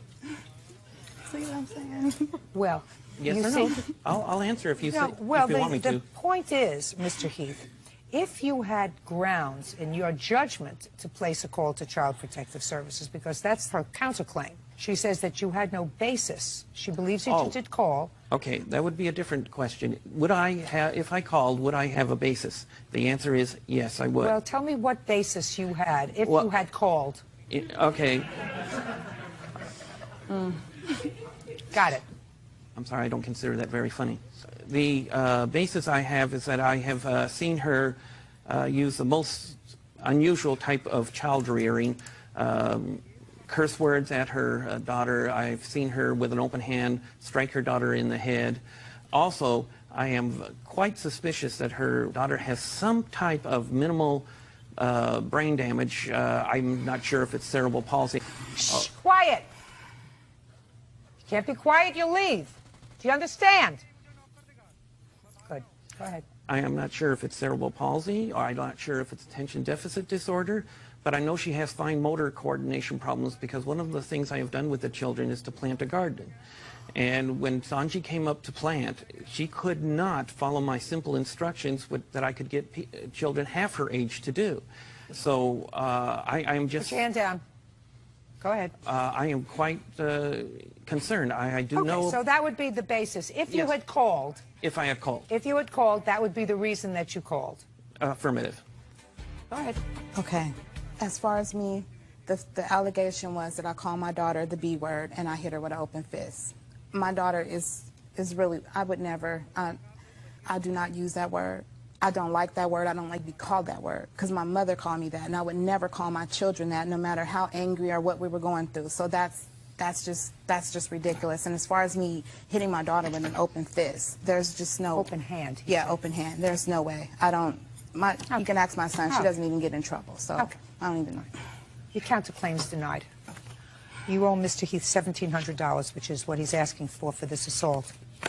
Mr. Heath may be a peculiar man. He may not have exercised good judgment when he taunted you by repeating your sister's name. It doesn't give you license to put your hand or your body, and you have a big body, sir, on another human being. You have no right to do that. As I said, there is no indication today that Mr. Heath is anything other than maybe a slight bit odd. I resemble that remark. Right. But that's it. And we celebrate that kind of stuff in this country. You have an absolute right to say to your daughter, I don't want you to play with Mr. Heath. I don't want you alone with him. Don't go to his house. But you can't put your hands on him. Do you get it? Yes, ma'am. Judgment for the plaintiff in the amount of $1,700. That's all. Parties are excused. You may step out. Sandra Terrace says her ex-daughter-in-law, Miss Shelley Johnson, owes for airline tickets, wedding expenses, and the return of a family heirloom. Sandra claims Miss Shelley is a bigamist. Miss Terrace, this is your former daughter-in-law. She was Yes. married to your son for a very short time, and it is your claim that she owes you some money. She owes you money for airline tickets that you claim you bought with money that was a loan to her to bring her family to see you over a Christmas holiday. You claim she owes you for some wedding expenses that you paid for, and you expected her to pay you back. And you claim that she owes you for one final thing, and that is for some family heirlooms that you gave to her in anticipation of her being your daughter-in-law for a very long time. Yes. Ms. Johnson says that these were all gifts. She never intended to pay you back. There was never any discussion of paying you back for the items that you purchased for her. And you're just angry that she divorced your son and married somebody else. You did remarry. Yes. When were you married to, I assume, this gentleman? This is your son? This is my son. I was legally married to Ethan on January 10th of '07. And when did you separate from him? January 25th, I believe, is when he moved out. Why? Because he did not want to get a job. He didn't want to pay rent. He didn't want to help with any of the household expenses. You mean you found this out in 15 days? Well, he... Miss Johnson, you got married in January 10th. January 25th, 15 days later, it was over. Yes. Strange. Okay, tell me about the airline tickets, which is what you're complaining about first, Miss Terrace. The airline tickets to bring Shelley and her daughters for Christmas. I flew them down. From where? I flew them from Denver to Las Vegas so they could come and spend Christmas with me. You have daughters? Yes. How many? 2. So you wanted her to come down and spend Christmas with you? Yes. With your son? Yes. Okay. So, go ahead. Shelley had no money for airline tickets, and I was asked if I would purchase them, and I would be paid back. Who told you that you were going to be paid back? Shelley. No, she didn't. That sounds ridiculous, Miss Terrace. You never told you were going to pay her back for the airline tickets? No, that was an agreement with her son. Of course not. You wanted your son to come to your house for Christmas. So you said, I'll send you airline tickets. You don't have to be a genius to figure that out, Miss Terrace. Right? Of course. I have children. If I want my children to come and spend Thanksgiving or Christmas with me, you know, and they don't have money, I say, I'll send you the tickets. So, move on. I don't believe you that she said she was going to pay you back. What's next? Okay. Starting with August 14th, my son discovered that Shelley had remarried on February 14th, Valentine's Day. Okay. Their marriage was not annulled until May. Okay. They were still living as man and wife. Okay. Would you tell me what it is that you claim she owes you money for? I'm not the moral police. Okay. At that time, I told them that I would help out paying for a formal wedding and a reception to be held on May 26th. At that time, after discovering that Shelley had committed bigamy by marrying a man on Valentine's Day, February 14th. Just a second. You said they were married January 10th, 2007. Correct. And then they were supposed to have a reception in May. Correct. But they were no longer living together in May of '07. That's correct. And you paid for what? I paid for all wedding expenses. And? And I was told that I would be repaid for this. However, Shelley, it was an agreement that I would be paid back. And after discovering that Shelley married a man while she was still married to my son, I feel she is not entitled to anything. Just a second. I know what you feel. When did you plan this wedding and make the payments that you're complaining about? In what month? December. In December. So you made certain outlays of money. Correct. Had your son ever been married before? No. Had you been married before? Yes, ma'am. So you wanted to make a wedding. Where was the wedding supposed to be? In my hometown. In your hometown, for your family and friends. That's... Because your son was never married before. That's correct. So you said, I'll make the wedding. Miss Terrace, we know where it's going, my dear. That's what you do. You didn't expect her to pay for the wedding. She's got 2 children that she's, I assume, supporting, that they live with her. She wasn't going to make the wedding. You wanted to make the wedding in Las Vegas, where you live, where your son grew up, where you have family and friends, and you said, I'll pay for the wedding. You put down a deposit on a hall. You put down a deposit on invitations, and whatever you did.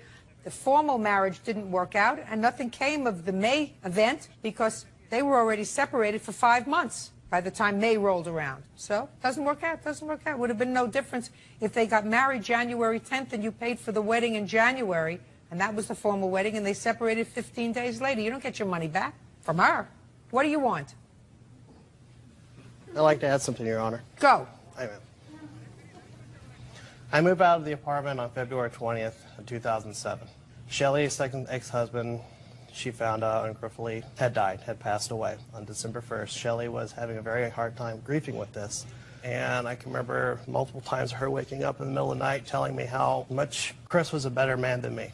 Listen, does this have some relevance to your mother's lawsuit, or you just want a cathartic event? What does that have to do? Mr. Terry, listen to me very carefully. Yes, ma'am. I understand you were hurt. However, you are a very lucky man, very lucky, because you were about to take on a responsibility of a woman who's a little nutty. There's no question she's a nut, because she had 2 girls, and she gave up what appears to be a perfectly reasonable guy with a perfectly reasonable family, and married somebody, according to you, who's in prison. Yes, ma'am. Well, that's nutty. So finding that out now, before you do something stupid like make a baby with her so that you're tied to her forever, you should go like this and say, thank you very much. If it only cost me a few $1,000s to get rid of this nut, it's a bargain. It's the bargain of the century. Do you understand, Mr. Terrace? Yes, ma'am. Your mother should understand that, too. Now, I understand you were hurt. You'll find somebody else, uncomplicated, and do yourself a favor. How old are you? 25, ma'am. 25. Pick somebody without baggage. Yes, ma'am. Okay? Yes, ma'am. Now sit. I am, ma'am. What's next? Your Honor, due to her committing bigamy. It's over. She never promised to pay you for the wedding. Move on. Well, she did. No, she did not. Okay. No, that's a fib. I don't like fibbers. I have 5 children. I've made more than 5 weddings because we had a couple of doubles in there. I know what it's like. None of my children ever paid me back for weddings. Do you understand? Even when the marriage didn't work out. Get over it, Miss Terrace. Now move on. Okay. Well, just the bigamy charges. She marries another man while they're still married. That concerns me. It may concern you, madam. I am not a criminal court judge. You want to notify the district attorney that she committed bigamy? Go with good luck and go with my blessing. Get on to what I'm here about. The last part of your lawsuit, which is items that you claim you gave her, family heirlooms that you want back. Yes, my mother makes hand-sewn quilts for all the new granddaughters that are marrying her grandsons. My family is requesting that returned due to obviously not having any interest in them since she married a man a month after marrying my son. Well, you're not entitled to that, Miss Terrace, unless Miss Johnson wants to give it back to you. Do you have that quilt? Yes, ma'am, I do. Would you like to give it back to Miss Terrace? She would like it back. I can send it back to her grandmother. Fine. Perfect. What else? The diamond necklace that I would like returned. No, you don't get that back. Okay. I bought that as a daughter-in-law, but... Good. She was your daughter-in-law for about 15 days. Keep going. Yeah, exactly. Keep going. The expenses for the wedding. I already told you. She owes you absolutely nothing. She's being gracious in returning a quilt that you say was made by a family member that you want back in the family. And that's only her being gracious to return that to you. So you're not entitled to anything else, Miss Terrace. I'll prepare an order with regard to the quilt. Thank you very much. That's all. 23-year-old Nicole Murray is suing her ex-boyfriend, Sean Simmons, for an unpaid loan, daycare costs, and harassment. Miss Murray, the defendant is your former boyfriend, and quite foolishly on your part, you made 2 children with him. That is probably after you already knew that he had, according to you, a serious gambling problem. It is your claim that he forced you to take out a loan. Yes. That the loan was to be used to pay some bills. That you claim that he gambled the money away. He says he did not. He said it was either lost or stolen. You also claim that he owes you money because he said he would pay for the children's daycare, or at least half of it, and he didn't, and that he has been threatening you. Yes. So you want to be compensated for that, too? Yes. What was the loan for, Mr. Simmons? It was a title loan on her vehicle, 2002 Ford Explorer, for our rent. And when the loan was taken out, the check was cashed. Correct. And who took the money? I did. And what did you do with it? Well, we left from where we got the loan, went back home, and then the next day I went and got a haircut at the local Walmart. I had like $974 on me. Paid for my haircut, went to Arby's, ordered some food, went to pay for my food, realized I didn't have my wallet. So you either lost your wallet or it was stolen? Correct. Where's the police report? There is no police report, Your Honor. I don't believe you. That's your choice, Your Honor. I mean, That's my the truth. choice, that's my right. Because anybody who has a wallet stolen or lost and that's their rent money. Well, if you'd let me finish, Your Honor. They file a police report. Your Honor, like I said, let me finish. Show me a report I then went back to Walmart. Okay? Yes. I then went back to Walmart, had my wallet. There was no money in my wallet. Show me the report. What report would there be? From Walmart. Your Honor, that night... Shut.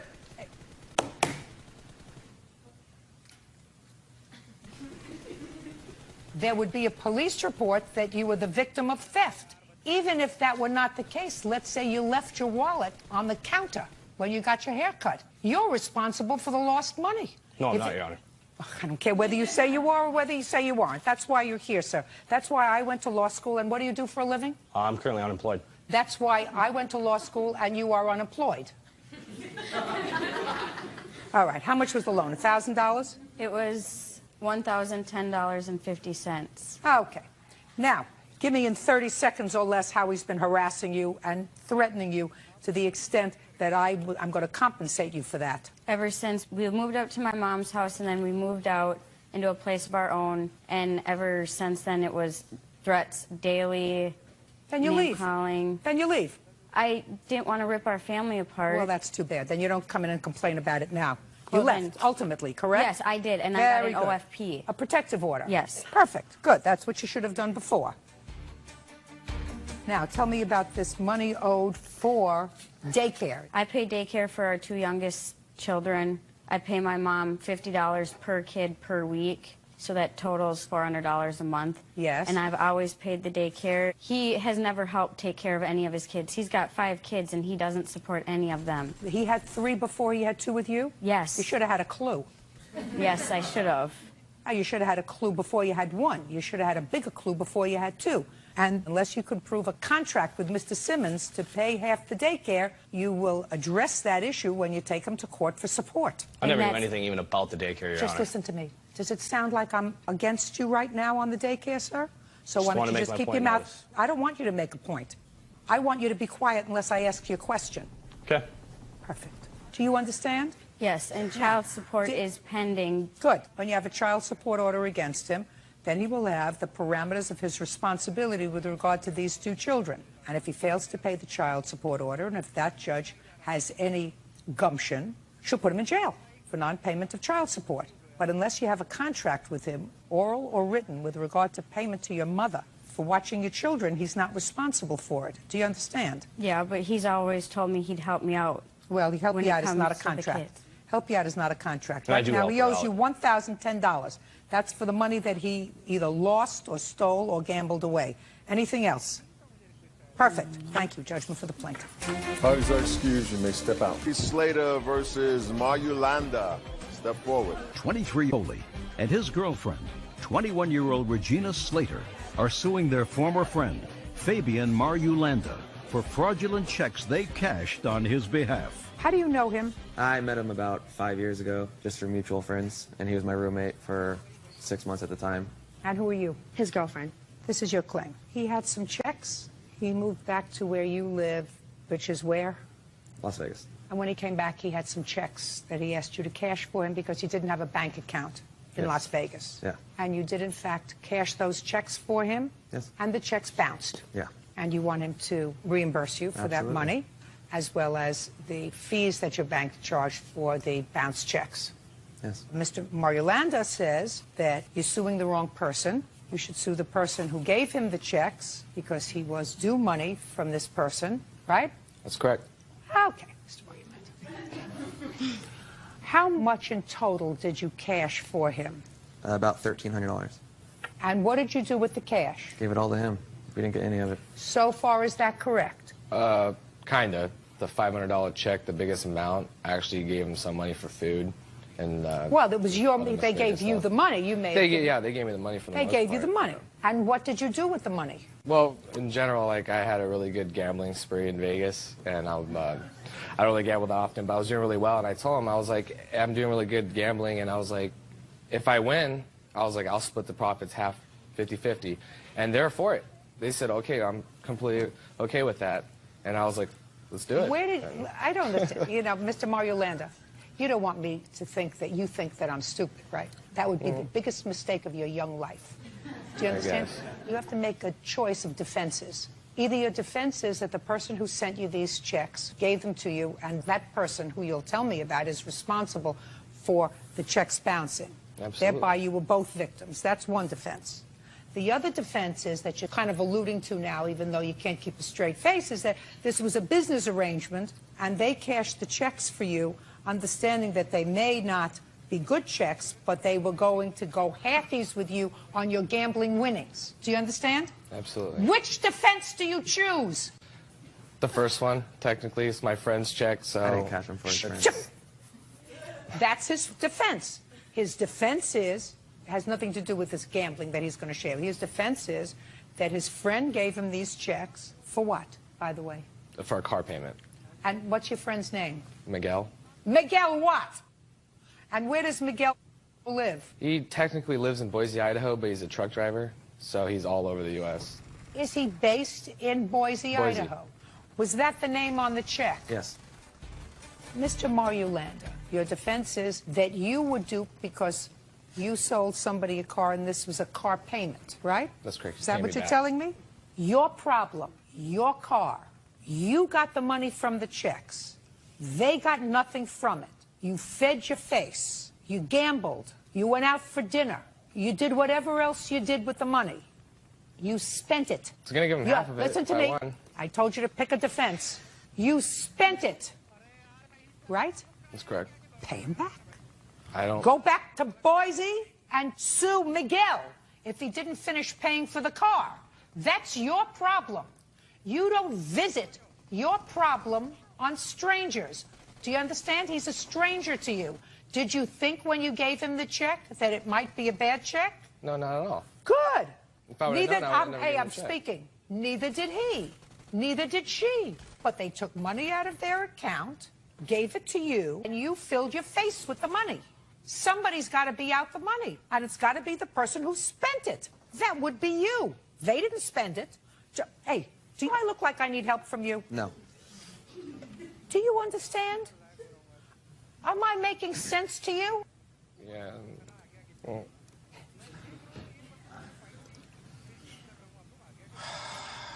Judgment for the plaintiff for the amount of $1,340. That's all. Parties are excused. You may step out. Cindy Miller is suing her former landlord, Grover Smith III, for the return of rent. Cindy says on the day she moved into Grover's home, it was raided by police. Miss Miller, you rented a room from Mr. Smith in his house. According to your complaint, shortly after you moved in, there was a police siege in his house, and Mr. Smith was arrested. Correct. You moved out? Wise. Very wise. You want your $500 back. Correct. Okay. When did you move in? I moved in the 10th of December. Okay. Where had you been living? In Granada Hills at a different house. Why did you move out of your last house? I needed to get another place to live because I was assaulted on Thanksgiving, and that's another case pending, and I was afraid that the assailants would find me where I was. So I needed to find someplace else to go very quickly. So I looked in the penny saver, and I found Mr. Grover's house. And it Were you assaulted during a robbery attempt? Or? No, it was during Thanksgiving at one of my friend's houses. And okay. It's a story, it's another case. Okay. So you found the room through the penny saver? Right. And? And then I moved in on the 10th of December. And gave him $500. I gave him so $500. far correct, Mr. Smith? Yes. Yes, ma'am. Okay. Keep going. And then I moved in about 4:30 on that afternoon on Sunday, and at 8 p.m., 8:30 that night, there was police outside, and they came on the loudspeaker, and they said, everybody out of the house, come out with your hands up. That was the day you moved in? The day I moved in, like 4 hours later. And Grover comes and knocks on my door and says, Cindy, we have to go outside because the police want us to go outside. And I said, oh, my gosh. So I had no shoes on, no coat. But we went to the front door, and Grover looks at me and he says, now, if they asked you, tell them I didn't change my clothes and I never left the house. He said that to you? He said that to me. Why would you ask her to say that, sir? I don't recall saying that, sir. That would be an odd thing for her to make up. Yeah. What were they looking for you for, Mr. Smith? I was accused of robbing my ex-girlfriend. On that day? On the same day that she moved in, yeah. Were you home that day? Yes, I was home. Did you ever go out that day? Just one time to the backyard. That's about it for a little while. How Do long? some yard work. How long? Maybe 15, 20 minutes. Other than that, you were home all day? Yes. Is he home all day? No. So, you were all made to come out of the house. You weren't totally dressed when you came out of the house. When did you move out? I didn't move out for a week because I didn't have a place to go just yet. I called my brother that night after the police let us back in the house after a big ordeal with the police handcuffed me. I had to raise handcuffed you? Yes, I had to go out. I had to go out of the house with my hands raised, with the guns pointed at me. And he was yelling at the police saying, you know, sir, don't make me come out of the house because I've been shot before by the police. And I was like, oh my gosh. So then they handcuffed me and they patted me down and made sure I didn't have any weapons, and they made us stay outside for like an hour. When did you ask him for the $500 back? A few days later. And what did he say? No. I don't recall ever hearing from this woman that, you know, that I owed her any money at all. Well, what did you think she sent you a summons for, sir? She was inviting you to take line dance lessons? Not today is the first time that I've heard from this woman. But you got a summons from her? You came to court? You must have known that she wanted her money back. Why didn't you just give her the $500 back? I didn't know she wanted any money back until today. Until today? What did you think she wanted? She wanted to date you? I thought she was still living in my house. She still lives with me. To my knowledge, she still lives there. What do you mean? So, could have fooled me. I've been gone an awful long time. She's lucky that I'm not countersuing her. Just a minute. Are you telling me she still lives in your house? Yes. I've gotten no 30-day notice, let alone no 3-day notice. I don't care whether you got a 30-day notice, a 3-day notice, or a partridge in a pantry, sir. Did she live in your house? Yeah, she lived in my house. And was she sleeping in your house? As of December 10th. Oh, get out of here, you idiot. Oh, listen, if I could fine you for stupid, I would fine you for stupid. Right now, all you owe is $500. Judgment for the plaintiff. It was the a amount of false $500. That's all. Step out. Melanie Clegg claims ex-boyfriend Newell Olmsted owes for rent and a television. Newell claims he's already paid his debt. Mr. Olmsted, the plaintiff indicates in her complaint that you purchased a television set while the two of you were together, and you lived together for a period of time. You separated, and Ms. Clegg indicates that you separated because she found out some things that she didn't know about you. Does that be a fair statement? Mm-hmm. You have the television set. The payments for that television set was still outstanding when she left. It was some $1,200 left. It was $1,257. And on whose credit was it purchased? Mine. You got the TV? Yes, ma'am. You want the TV? It's my TV, yeah. It's not your TV unless you pay for it. I did pay for it. Show me. What date did you separate? We separated in December. December 2009. 2008.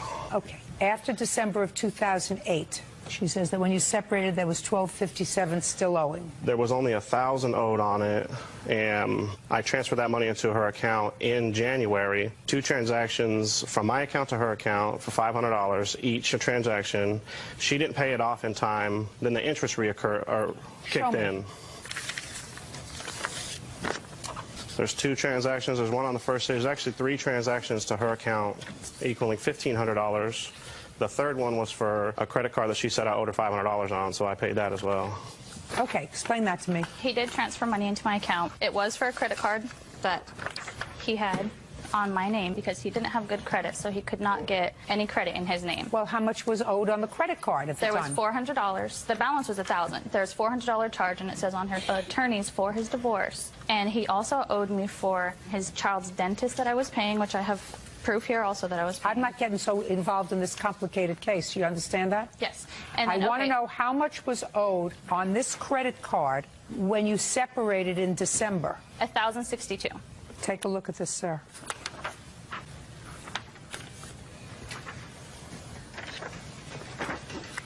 All that one is the form. The only thing on this that I owe was $400, and I paid her $500. $400 for? She paid my retainer for my attorney for my divorce with this credit card, okay? How much? She paid $400. Yes. I paid her $500 for the interest. So I transferred $500. There's 3 transactions there of $500 apiece. And so what you're telling me is none of those other transactions on that credit card are yours? I mean, no. Look carefully.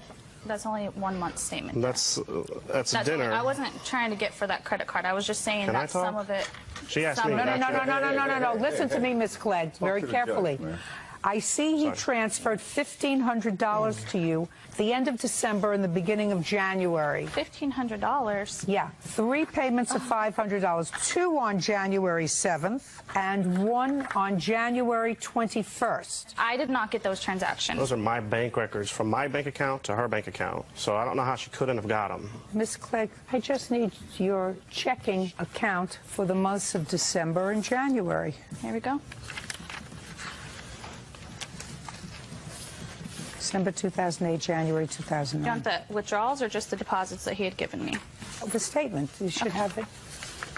Transfer from. I have 1 January 7th for $500 that she did in fact get. There is only 1 on January 7th for $500, sir, not 2.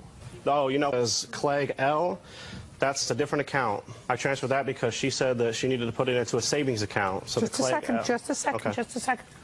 You have 2 that you've outlined on January 7th, both to Clegg M. Okay. She only received 1, but they're 2 different numbers. Hold on a second. Yeah, there's 2 bank accounts. I mean, one of them was savings. Whoa. Wait a second.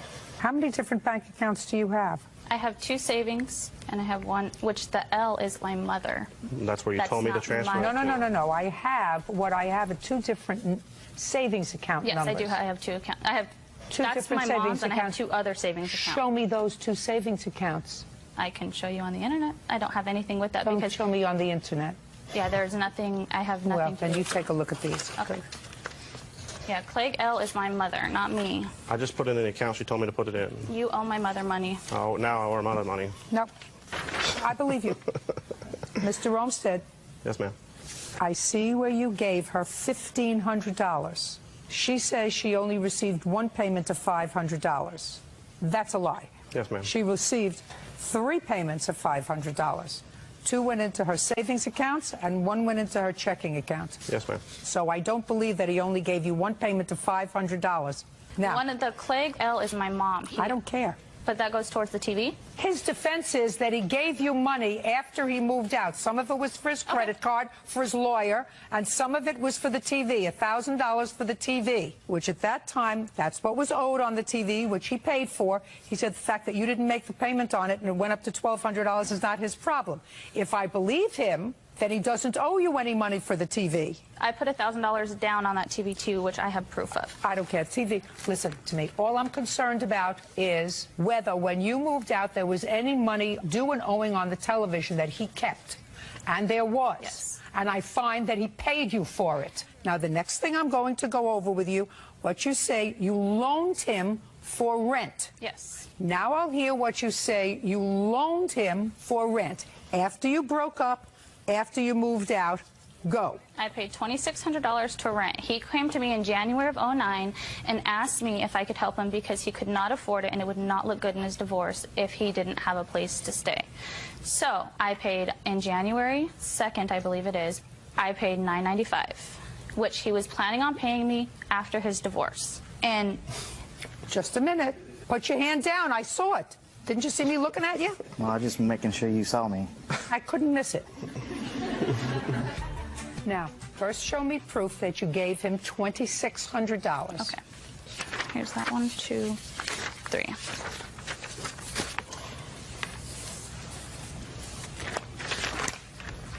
Don't give him anything.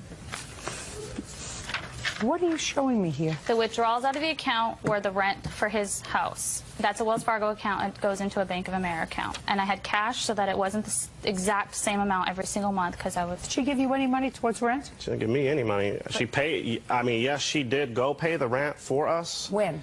January, February, March. But she received half the rent from him, so I don't know why she pulled out $900. Shh. January, February, March. Now, she was not living with you then? No, she moved out in December.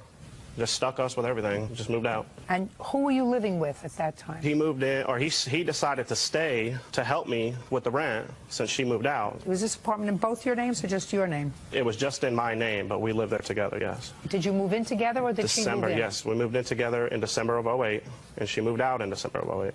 Where had you been living before? We had a house that we rented. We wanted to get into a cheaper place, so we got into a place that was $300 less a month. When you lived in the house, were you sharing expenses? Yes. And why did you move out in December? Because he was with my sister's best friend. Yeah, that's a very good reason to leave. That's not true, Your Honor. Even if she thinks it, it's a very good reason It is to true, leave. but the reason we split up is because she cheated on me. I don't care. So. Actually, that's for another program, another time slot, not mine. Okay. I don't actually care about that. All I want to know is she moved out, the lease is in solely your name. Yes. And would you tell me why she paid any of the rent for January, February, and March? She was helping me out, like she said. You know, I didn't have... She was helping you? Yes. Why, if she was furious with you, because that's what she says, she was furious with you. I didn't say she was furious. Why? She says. She says she's furious. I didn't. Why? No. Listen to me. Hey. Yes, ma'am. Okay. Why would somebody who is furious with you, she says she was furious with you, give you money? That baffles me. I wouldn't no give you idea. a penny. I wouldn't either. She found out about him being together with her friend. Listen, go get your 15 minutes someplace else, but don't shout out here. I'm not trying to get 15 minutes. I'm just trying to state facts. I don't want you to state anything unless I ask you to. I raised my hand earlier and I didn't get a turn.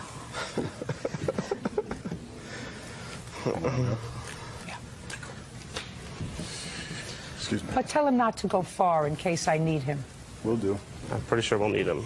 Oh, I'm not sure. Okay. Just as long as she knows that he's here.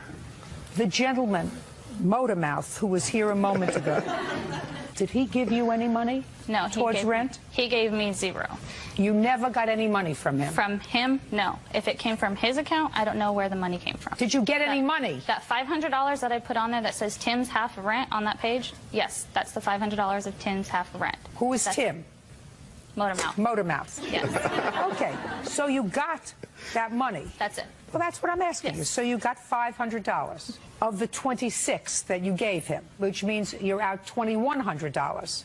If that's what, can I ask you're you out something? $2,100. Yes. Can I ask you something? Is that going towards the TV? Forget the TV. The TV's over. I've already made a judgment on the TV. Yes, but if you're accounting that $500 transferred from his account that you see out of Newell Olmstead's account into my account, the $500. I thought it was from him. It's out of Newell Olmstead's account. Oh, well, you can't use that same $500, Mr. Olmstead, 10 times. I'm not. You can only use it once. Tim gave her... Listen to me. Yes, ma'am. Listen to me. You might be a very, very nice man and have many redeeming qualities. You're not George Clooney. Nobody who's not living with you, sir, is going to pay $2,600 for your rent. Not somebody that looks like that. Do you understand? Take a good look. Somebody that looks like that is not going to pay $2,600 for your rent after she's already broken up with you. I agree. But that's what she did. No, she did not. Tim paid her $450. His part of the rent, he paid her. So that's not true. Yes, she I don't believe that. And I don't believe Motormouth. Okay. I don't believe you should have had nothing to do with her. After you separated, you should have nothing to do with her. How come she gave you money? Did you call her and tell her that you needed money for rent? I asked her to help me with rent. Yes, good. You owe her $2,600. Judgment for the plaintiff. That's it. Parties are excused. You may step out. Crystal Garcia claims ex-boyfriend Terrell Johnson owes for rent, the down payment on a truck, and for filing false charges of domestic abuse. All right, you got more complaints against him than I probably have time for today, so we're going to see if we can get through each of them against Mr. Johnson, who used to be your boyfriend. Now you claim he owes you for a deposit that you put down on a truck for him, $2,500? Yes. That he lived sort of as a freeloader. Yes. But there was an understanding that when you got laid off from your teaching position for the summer, he would pay the rent for the summer. Yes. And he didn't. No. And then you claimed that he filed false charges against you for assault, causing you to spend the night in jail and $1,000 bail. Yes. Mr. Johnson says the truck was his. Yes. He made the payments on it. Yes. He says that the charges he made against you to the police were absolutely true. You did, in fact, assault him. I got a police report, too, Your Honor. And as far as the rent is concerned, he never promised to pay the rent for the summer. As a matter of fact, he wasn't even living with you in August. She kicked me out. I would kick you out if you send me to jail for domestic violence. Don't speak to him. That's why you're here. Okay. All right, Miss Garcia, when did Mr. Johnson move in with you? Late September of 2006. What was the financial arrangement? Well, he didn't have a stable job, and, you know, I did.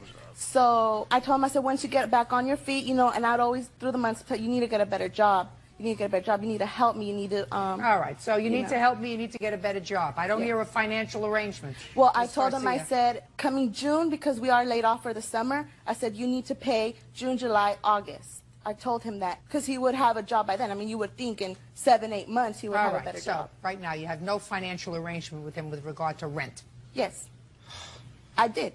I told him. No, you didn't. I told him that he was responsible for June, July, and I don't care what you told him. That's not a contract. He didn't want to write one. He didn't want to write one because he doesn't want to sign You don't have to anything. write one. He didn't want to sign anything. Listen to me. You don't have to write one. You have to agree. Just because you told him doesn't He make agreed. it so. He agreed. He moved out. No, he moved out at the end of July. She kicked me out. And I told him he was responsible from June to August. Okay, good. And That's he what you said, told him. All I right. agree, and Let I me will hear help about you. the truck, please. The truck, the only reason we got the truck was because I was my credit. I'm the main purchaser on it. I have receipts that I paid it. Show me proof, please, that you put the down payment on the truck. Well, I have my income taxes stating how much I got, and these are all my pay stubs that I've been working. I want proof that you put down on the truck $2,500. That's not proof of anything. They're in the papers that he has in the truck. Good. Mr. Johnson, look at me. Who put down the down payment? We both did. No, he didn't. Both did from what? Don't speak. From a paycheck that I got and her income taxes. How much did she put in? Like 2,000, And how much did you put in? like 300, How much was put down altogether? 25. Mr. Johnson, let's not play with me, please. Don't be irritating. I get irritated very easily. The older I get, the shorter the fuse I have, sir. So she put down the down payment of $2,500. She put down most of it. She put down the whole down payment of $2,500. Get over. Now, who made the payments on the truck? We both did, but I made most of them. Show me. I don't. What do you mean you don't? I mean, I don't got no receipts. You don't have any receipts? Show me proof that you made the payments on the truck. When did you get the truck? September of '06? No, we got it in February. Of '07? Yes, ma'am. And how much were the payments each month? $388. Good. Now, what are you showing me there? A printout from the loan place showing that I paid the truck and what She wasn't days. even working at the time. Listen to me. Does that say you paid for the truck, or Yes, does that say somebody paid for the truck? It says Crystal Garcia. No. Listen to me very carefully. Is that the loan itself that indicates the loan is in your name? Yes. And that the payments were made? Yes. I'm not interested in that. I want to see proof from your bank. $88 we came would out. go personally to the place because we cannot open a bank account, or we couldn't open a bank account because he has bad bank problems or something. So I didn't have direct deposit for it to come out of my bank account. So I would personally go and pay them cash. Listen to me. If you think that I believe that story that you just told me, I don't. Show me from your bank that you took out money every month to pay this $388. Not that the loan was paid, but that you took out the money from your bank for. Okay, the only way I would be able to pay April, that or May. prove that to you is by you looking over my pay stubs because I made enough money. I'm not looking over your pay stubs. Direct deposit. That's the only way I could have got the money from the bank. That's the only way. Perfect. I'm not accepting that. Well, I'm not here to ask for the payments for the truck. All I want is a deposit so I can go ahead and have my son and me driving the truck. I don't want the payments. Fine. You're entitled to your deposit back. Yes. That's all I want from him. Fine. And the money. Fine. You're entitled to your deposit back. That I believe that you put in. Do you understand that, sir? Yes. She gets her deposit back. You have the truck? Yes. You're driving the truck? Yes. Are you paying for it? Yes. Are your payments current? Yes. Really? Yes. Nope. Shh. If she shows me that your payments are not current on this truck, I'm going to wipe up the floor with you. I paid the last payment last month. I didn't know I should have brought a receipt. I guess she has all the receipts. I didn't ask you whether you paid last month. I said, are your payments current? Yes, they are. So you've made all your payments? Yes. Since when? Since like 3-4 months ago. Was it 3 months ago or 4? 4. 4. Good. Show me. He was late, and here are the... She wasn't even working at the time to even be paying the bills on the truck. Listen to me. You I said was. you made the last 4 payments, correct? Correct. He paid like $300, and then he was late $88. If you shout out again, I'm throwing you out of here. Do you understand? Yes. Okay. Now tell me about these false charges that you're charging him with. Okay. 3 days prior to that day that I was arrested, he was not so nice, and of course I have to look out for my son, so I left. I left and I stayed with my mom. And he was drinking. He would go to my mom demanding the keys, making a big scene. Demanding the keys to what? To the truck. You took the truck? Yeah, because I wasn't going to let him drive it while he was drinking. But you didn't have a driver's license. Exactly. Yes, I did. No, you didn't. Yes, I did. No, you Just a didn't. minute. You have a driver's license now? Yes. It says in the police report that she don't got a driver's license. I'd like to see the police report. Anyway, so you went back to the house to get some clothes, and? And he called me, and he's like, I'm going to go pick up my clothes from the truck. I said, okay, that's fine. So he comes in, like, we don't have no problems. He's trying to sweet talk me, for me to still be with him. And I'm like, you know what? No, I don't need this for me and my son. I don't need you to be drinking, yelling obscenities to me, calling me names. I don't need that. So I do not want to be with you. And then he demanded, you know what? I want the keys to the truck. And I said, no, you know what I mean? I said, no. And I told him, go get your stuff. So we were right outside my door, and he snatched the keys right out of my hands. Can I say something? And I was like, you know what? I was like, why you do that? So right when he grabbed the keys from my hands, I held onto his shirt because my baby's car seat. You were choking. My property was in there, and that's everything that I have earned, and I'm not going to let somebody go and take it away. So who knows what he's going to do with it? I don't know what he's going to do with it. So the only way at that time for me to protect my and my son's stuff was to hold on. That's it. Ridiculous. You're ridiculous. Well, the police indicate he was injured. Where are the pictures you were injured? The police indicate on the police report where he had scratches on his shoulder. Those are called stretch marks, and not his scratches. Excuse me? Stretch marks. Scratches. Scratches. She was strangling me. I was not. No. That's why she got arrested. She's crazy. That part of your complaint, Ms. Garcia, where you're asking for compensation for falsely reporting that you assaulted him, that's denied. You're entitled to your truck money back. Period. And once you get your truck money back... If it was work for the DA to pick up, they would have picked it up, and that would have been... They wouldn't have rejected the case how they did. There was no case Because I didn't press on no him charges. to me. I didn't press no charges. If I hurt you so bad, why didn't you push charges on me? Ms. Garcia... It's not even worth it. Now I'm responding to you. Your case is dismissed. It's over for everything except the $2,500 that you put as a down payment for a truck that he now has. Do you understand? Yeah. Good. Thank you very much. That's all. Parties are excused. You may step out. 20-year-old Ashley Branham is suing her ex-boyfriend, 23-year-old Jeremy Benjamin, for a cell phone bill she paid on his behalf. Jeremy says Ashley prematurely paid a bill that he was disputing. Miss Branham, this tall drink of water over here used to be your boyfriend. Yes. And you were foolish enough to get him a cell phone. Yes. A cell phone with a bill in your name. Yes. And you did that, according to you, and really not disputed by Mr. Benjamin, so that you could converse with each other. Yes. And with a promise that he was going to take care of the bill. Yes. Well, he didn't exactly do that.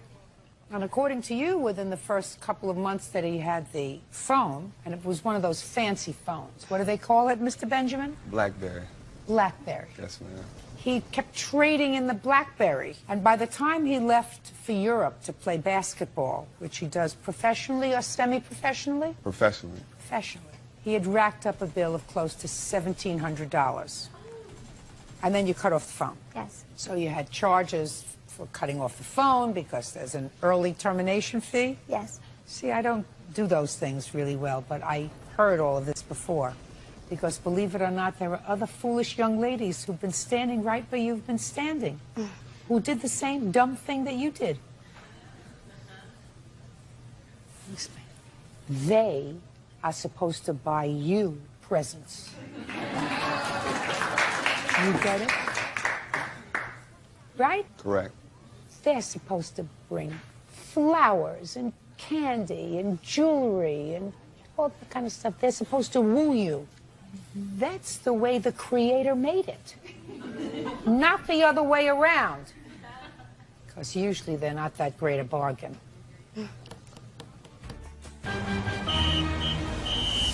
Real cases, real people. Judge Judy.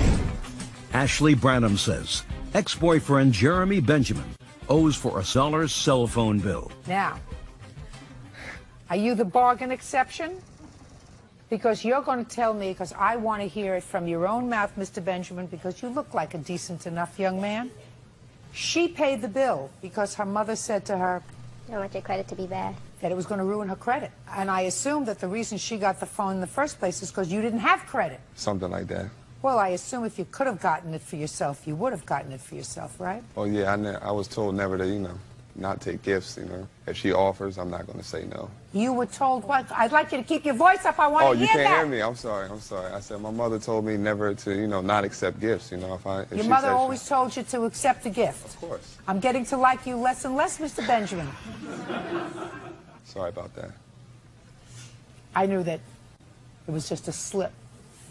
So, why isn't this bill your responsibility? Because actually the phones were actually replacement phones. I wasn't upgrading the phones. The phone that I received was a defective phone. So the actual reason why I had to keep sending the phones back because they kept sending me refurbished phones. Did you tell her that? Yes, I did. Actually, I did. Yes, and? Call her and explain it to her.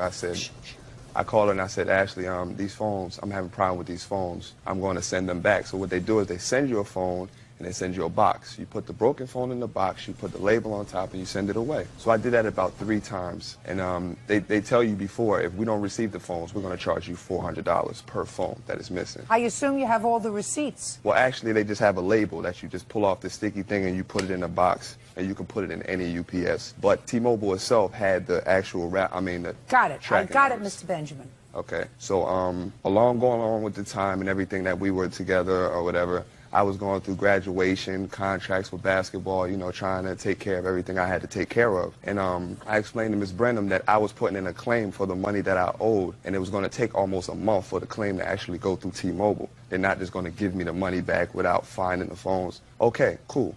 So I get a call about 2 weeks from that time saying, hey, my mother closed the account, she paid the bill, you owe $1,700. Well, a lot of that was for phone calls, too. Well, the voice plan, I think, was about between $300 and $400 out of that $1,700. Well, did you pay that part of it? I paid $200 prior before that. Why didn't you pay all of it? I have no clue why I didn't pay it all. You didn't pay any of it. According to you, your mother gave her $200 because she was complaining. Well, to your no, mother. not actually. I sent the money to my mother because I was out of the country at the time. I couldn't send a check from out of the country. Okay, but you only sent her a little part of it. Of course, yes. What do you mean, of course? Well, we made an agreement that, you know, I would pay $200 a month just because, you know, I don't know. Who did you make the agreement with? Her mother. Her mother? Yes. But it's her credit. I don't know. I Look, guess she just took Mr. over. Benjamin, I read your answer, and what your answer put succinctly is, you went to Germany for how long? I was in Germany for 4 months. Working? Yes, it's a job. Did you have a cell phone, by the way, while you were there? Yes, ma'am, I did. Ah, that's the question that you didn't answer here in your answer, Mr. Benjamin. Right. Don't look down there. Right. Okay. She had turned off the cell phone. Your cell phone connection to her was over Right. when you went to Germany. Correct. How'd you get a cell phone in Germany that had a chip that allows you to call the United States? That's a fancy phone. How did you get that? No, no, no. Don't think about it. Just give me the truth. Yes, my mother. My mother got it for me out of the kindness of her heart. Well, that's your mother's problem, because according to you, your mom says you always take a gift, never turn down a gift, right? So, Mr. Benjamin, this is what you have to do, sir. You've got a beef with T-Mobile, right? Yes, I do. You don't have beef with her. I know. Well, But she paid the bill. You have to get on the phone with T-Mobile, start writing letters to T-Mobile, all of that stuff, and say, listen, you were paid. Right. But you were supposed to get back to me with regard to the phones that I said I sent back to you. But the problem is that the phone was in her name, so I can't call and say. Sure you can. She's going to call and she's going to give you the authority to do that. You can do whatever you want, because you owe her $1,700. Right, but they're not going to pay me the $1,700 for They're going to give it to her. How can they do that when she paid? No, no, listen to me. Listen to me. If you are successful, then she will give you a letter saying you can take all the money, because you're going to give it to her. Right. Because you used the phone, you got the new BlackBerries whenever they sent you back one of the refurbished ones, which, by the way, I really don't understand. If you buy a new phone, if it turns out to be a dud, why don't you get a new phone rather than a refurbished one? I send that out over the airwaves to T-Mobile and everybody else. Right. It's your problem, not her problem. You deal with it. You should have dealt with it before you went to Germany. You should have dealt with it from Germany. Well, I actually tried, and the thing that I asked her not to do was to close the account. Well, she had to do that. They were going to ruin her credit, sir. They can't wait for you. It was still active. I was still using the phone. They can't wait for you to pay this bill. The bill was outstanding, more than the $200 you sent to your mother. Right. Right. Judgment for the plaintiff in the amount of $1,700. Go try to get your money back from T-Mobile. Thank you very much. April Franks, is suing Angela and Jean Roberts for the return of money she paid for a female Yorkie poo. April says the couple sold her an emotionally damaged animal. Bert, would you please take the Roberts' little girl outside, please? Certainly. Thank you. Come with me.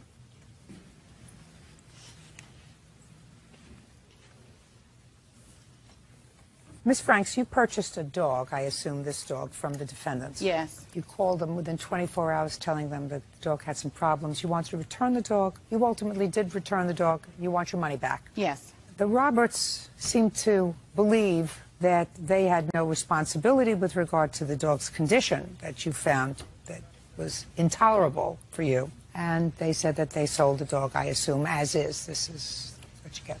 Mrs. Roberts. From a breeder in Tupelo. A breeder? Yes, ma'am. When?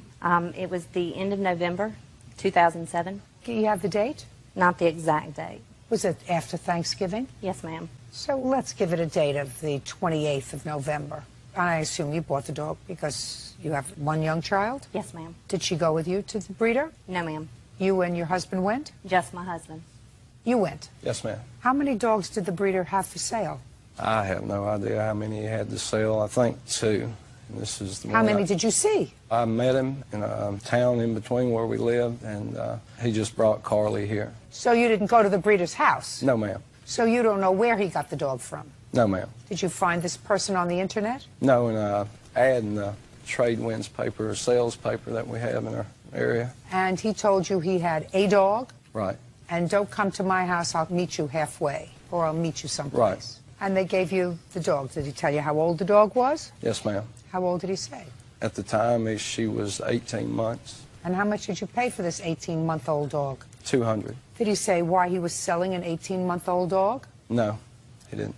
Did you discuss this with your wife before you went? I spoke to the gentleman on the phone about her. And what did the gentleman, I'm just curious, so even though I'm not taking this for the truth of it, I'd like to know what the gentleman told you about this dog. He told me that he had 31 dogs, and he was trying to downsize on some of his dogs, and that she had already been bred once, and she had 6 puppies at the time, and he thought it was too many for her, and he was going to sell her and her sister. And he was originally trying to sell both of the dogs, her and her sister. I do not know anything about the other dog. And I told him that we were only interested in buying 1 dog instead of 2, and he said that he would split them up and sell her to us. And we did discuss whether to come to his house or not, but he decided that he didn't want you at the house if it's in fact true that he had 31 dogs. Probably.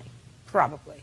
Did he want cash or a check? We just gave him cash. That's all we had. Of course. So you gave him cash, and then you bring the dog home, and what happened, Miss Roberts? She was nervous dog. She shook for probably the first month we owned her. 1 month she shook? Yes, ma'am. And after about a month, when we were around her, she stopped shaking. But the only thing that she ever did the entire time we've ever had her is just sit in your lap. Even after sitting in your lap for a long period of time, she wouldn't indicate that she would want to get down and go eat. We'd have to take her back there to the room we keep her in at night, and she'd eat and take care of her business, and then after that she would scratch on the door, give a little bit of a whining whimper, and want to come out and sit back in your lap again. We tried to get her to play because we did buy her for my 9-year-old. She wanted a little dog to play with, and she's just not a playful dog. She's just a lap dog. So she's probably from a puppy mill. Well, when we took her to the vet, that's what he said. He said that either being in a kennel, he said either being in a kennel. Caged in a kennel and probably came from a puppy mill. Yes. So what did you do? Well, we held on to her for a little bit longer, hoping that maybe she would come out of her shell a little bit and play. And when we were convinced after about 3 months of owning her, she was not ever going to be the playful dog for our daughter that we saw. So now she's almost 2 years old. Yes, ma'am. And after that, we decided that what we would do was try to sell her so that we could take that money and buy a playful puppy for my child. So you put an ad in the paper? Yes, ma'am. And what did the ad say?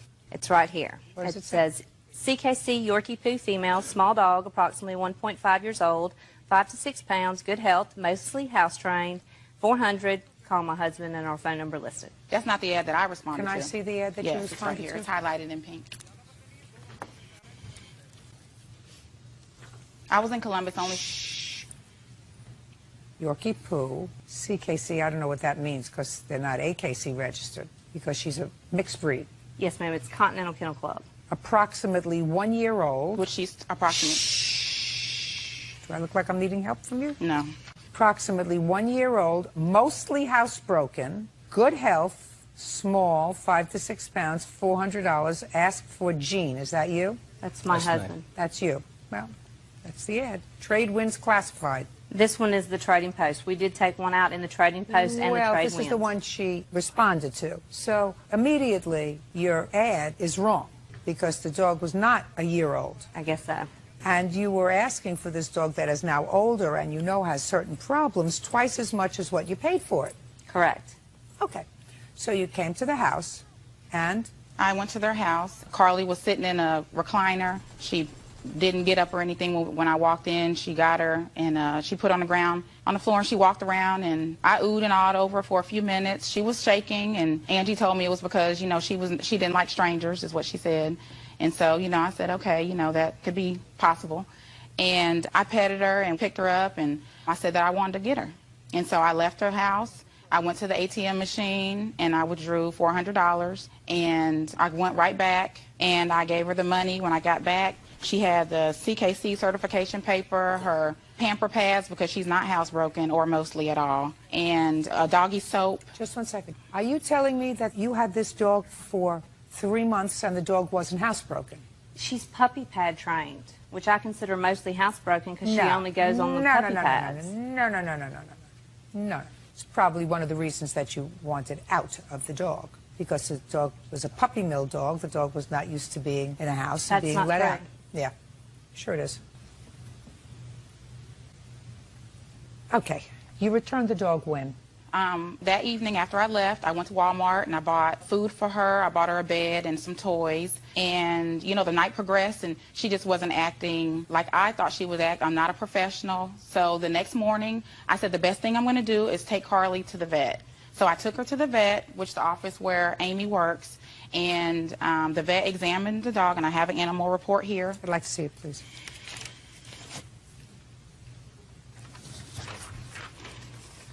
As well as the invoice. On February 26, 2008, I examined the above-listed animal because of a complaint of severe emotional issues.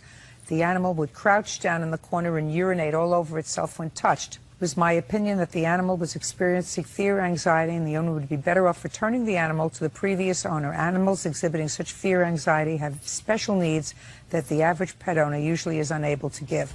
The time we took the dog to the vet was after the fact that April returned her. They just took the dog to the vet. You mean you never took the dog to the vet when you got her? She never urinated on herself or crouched down in the corner. I'm just asking you why you never took the dog to the vet. No, ma'am. Have either of you ever had pets before? We have quite a few. Well, then you knew that this dog's behavior was most unusual.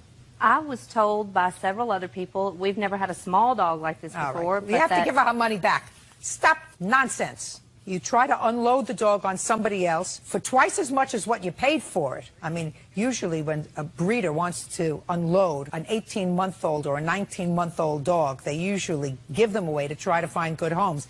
This guy found a sucker who was willing to pay $200 for it. That doesn't mean that you, when you have the dog, I mean, you're supposed to be reputable people. I don't know about this person who's running a puppy mill, but you're supposed to be reputable people. That means that you got, I'm going to find somebody else to stick with this dog and charge him twice as much. Right. That's outrageous. You have the dog? Give her back the papers, please. You owe her $400. That's all. Roselle Ricotta says ex-boyfriend Jim Leach owes for a loan to buy a car. Ms. Ricotta, it is your claim that you gave Mr. Leach $4,500 so that he could go out and scout around for her birthday. Yes. Mr. Leach acknowledges that you gave him $4,500, but he says it was the return of a loan. This was your boyfriend for a period of time? For 3 years. So, Mr. Leach, I'm going to start with you, sir. When did you make Mr. Ricotta a loan? The exact date was July of 2006. And what was the loan for, sir? Unforeseen expenses, household expenses, and also she had a very tight budget in terms of purchasing this car. So I was helping out with that. Purchasing which car? The car she was looking for her daughter for. Tell me how these loans came about, Mr. Leach. What do you mean, sir? Am I saying something confusing to you? Is English your primary language? Yes, it is. Actually, I just had to think for a moment because... Because you didn't expect me to start with you. That's why you had to think for a moment, because you didn't expect me to start with you. Well, your defense is that the money she gave you was a return of a loan. So, tell me about the loan. Okay. She was telling me she was struggling in terms of meeting expenses, household expenses, and also at the same time in terms of what she was trying to do in purchasing this car. There was a lot of expenses that came up, so it was very difficult for her in order to meet those expenses. How did you come up with a figure, Mr. Leach? I'm sorry, excuse me? Yeah. How did she come up? How did you come up with a figure about how much money you were going to loan her? Because it was about how much it would cost to buy a car. I figured how much, from what I knew about, though it was going to be very difficult to find a car for that amount of money, but, we're going to try to see. So you gave her the money to buy this car that she wanted to buy for her daughter. Is that what you're telling me? Yes, correct. That's not what you say in your answer, but let's say you sort of forgot what you wrote in your answer. So you lent her the money to buy this car, and you were supposed to look for the car because that's your sort of strong suit, because you buy cars at auctions. I have a friend who owns a dealership, and I thought that we could help her find a car through him. So then why would you give her the money to give the money back to you? It was her car. She would have to write the check for the car. She'd be purchasing Not necessarily, sir. You could have written the check out of your account. How did you know it was going to be $4,000? I didn't. It was an estimate how much it was going to cost. Show me the proof. Show me the proof. I'm dying to see your proof.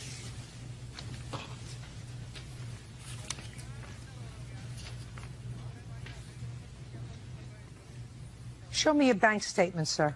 I don't have a bank statement with me. I have a canceled check showing the amount of money withdrawn. Where's your bank statement showing that this money came out of your account? I don't. It's a copy of the canceled check, the front and the back. Show me the bank statement. You were supposed to bring bank statements, sir. Sorry, I don't have a bank statement with me. That's too bad. You have a bank statement to show me? Yes. Give that back to him. Thank you very much. This transaction, which she's speaking of, in May of 2006, because he does have an auction, and I'm a single mother, and he knew I was struggling. He did not want me to take a part-time job, so he offered to help me with my finances, that we go in on a car together at auction, and we did. I put $4,000 in, he put $2,000. He did all the legwork, he went to auction, he sold the car, and for me loaning him the money, I made a $200 profit, which was good for me, worked for him, and I do have all the statements for that transaction. The canceled checks he's showing you is the payment of the $4,000 I originally gave him in May. So that was a totally separate transaction. And I do have bank statements showing it came out of my account. Show me the money that you gave him. Okay. I'm talking about the money for your daughter's car. Oh, okay. As far as I'm concerned, Mr. Leach has been totally unsuccessful in persuading me that he made a loan to you. Okay, that's what you have right there is for the transaction in October. And you can see there's a cancel money order that went into his bank account that did my bank. That was in October. Correct. Does this look familiar to you, sir? This is a bank statement. I know what a bank statement looks like. Let me ask you, can I ask you a question? Can you ask me a question? Yes, can I? I don't know answers. All I know is proof. I know what proof is. Okay. Proof a canceled check money... is not enough evidence to support. Sir, anybody can prepare a copy of a canceled check. Okay, what about the checks I wrote to her with? Show me the checks. You have a copies of, with her name, with her endorsement. These are copies, sir. I'm Right. looking for a bank statement showing me that money actually came out of an account. Can you ask her if she? No. Oh, okay. I think you're a hustler. She gave you this for $4,500. Money went into your account, $4,500. What did you do with Before the money? that money came out of my account, and I think she will admit that that I wrote those checks to her. She endorsed it. Yeah, she just explained to me that there was some sort of an arrangement with a second car. Did you Now, buy do you another have a- car at auction? Yeah, there's another and she's made that claim before, and I actually have evidence to support otherwise that's not true what she's telling you. Show me. Okay.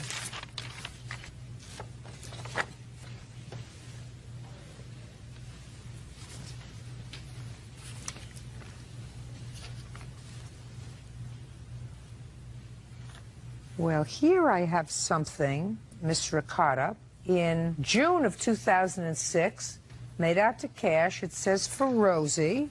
Who endorsed this? I did. It's written on this. So you cashed it, you endorsed it, and you wrote on for Rosie. No, I wrote on Rosie, and then I endorsed it afterward. And what did you do with the money? I gave the money to her.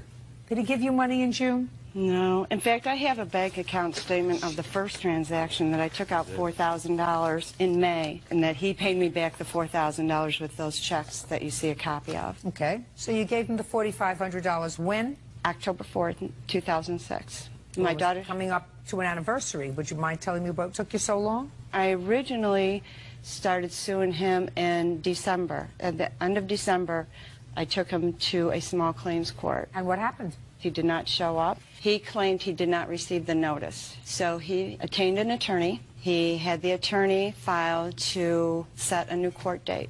So that was successful, and that's what led us to here.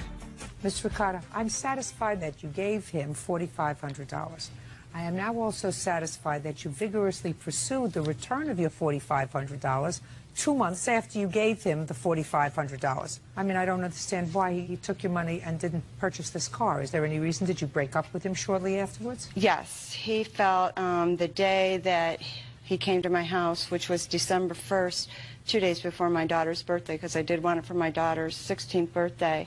And even though we had broken up earlier in August, we still remained friendly and we'd see each other now and then.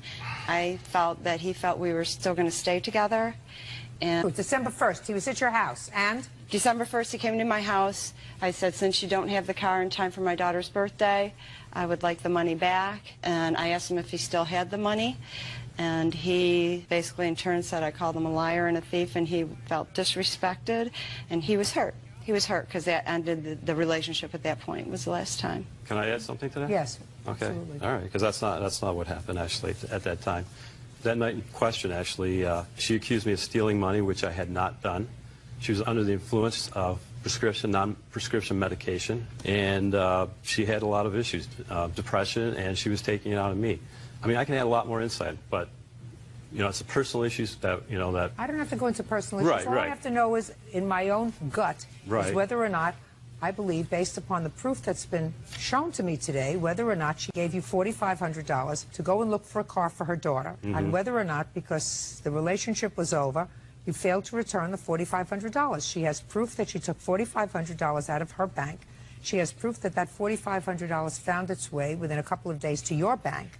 You say it was the return of a loan. I am not satisfied that there was any loan that you made to her, because you gave me some convoluted story that, quite frankly, even you couldn't follow if you were sitting here. So I am satisfied that you did, in fact, take this money in the quest to buy this young lady a car, and you didn't return it. Judgment for the plaintiff in the amount of $4,500. Thank you. Gary Gallahan is suing his daughter, 22-year-old Rachel Gallahan, and her fiancé, Oliver Ross, for a loan to buy a carpet cleaning van. Mr. Gallahan, this is your daughter, and this is her boyfriend, fiancé, whatever it is. They have children together? Correct. But they're not married, but they live together? Yes, ma'am. In any event, according to you, you made a loan to them in order for them to start a carpet cleaning business. You made a loan to them to get a van, because take your hands out of your pockets. Yes, ma'am. This is what they needed in order to start their business. You made the loan, they didn't pay, you want your money. Yes, ma'am. So let's find out certain things. When did you accept this money from your father? It was the beginning of December 2008. And tell me the circumstance surrounding your accepting this money from your father. We had worked for a company, he had worked for a company, and I worked with the gentleman as a secretary, and the one company that he had started with doing carpet cleaning, they were leaving to Arkansas, and we really didn't want to have to leave and be relocated with our family.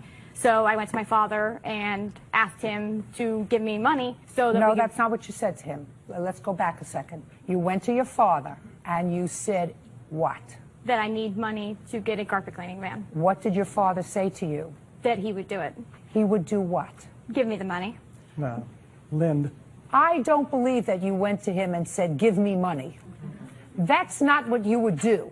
None of my children would ever come to me, and I have enough to do it, but they wouldn't come to me and say, I want you to give me money to buy a car. None of my children would ever do that. They would come to me and say, Mom, I'm in need of some money. Could I borrow some money from you? Hoping that I might say to them, tell me what you need the money for, and if it's for a good reason, I'll give it to you. Does that sound right to you, Bird? That's absolutely right.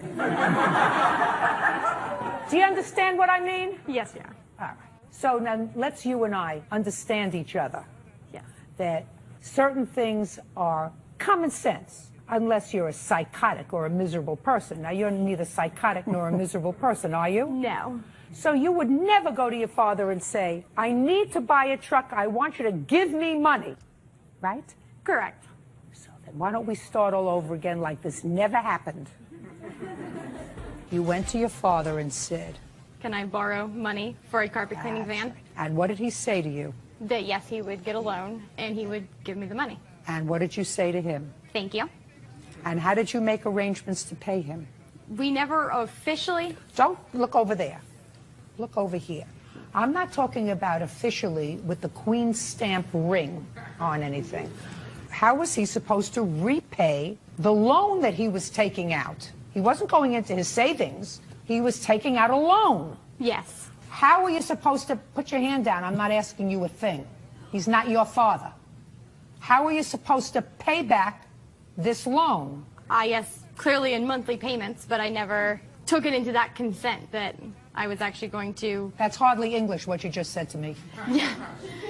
Never thought it completely through, I guess, when I did it. Well, then that's not my problem that you never thought it completely through.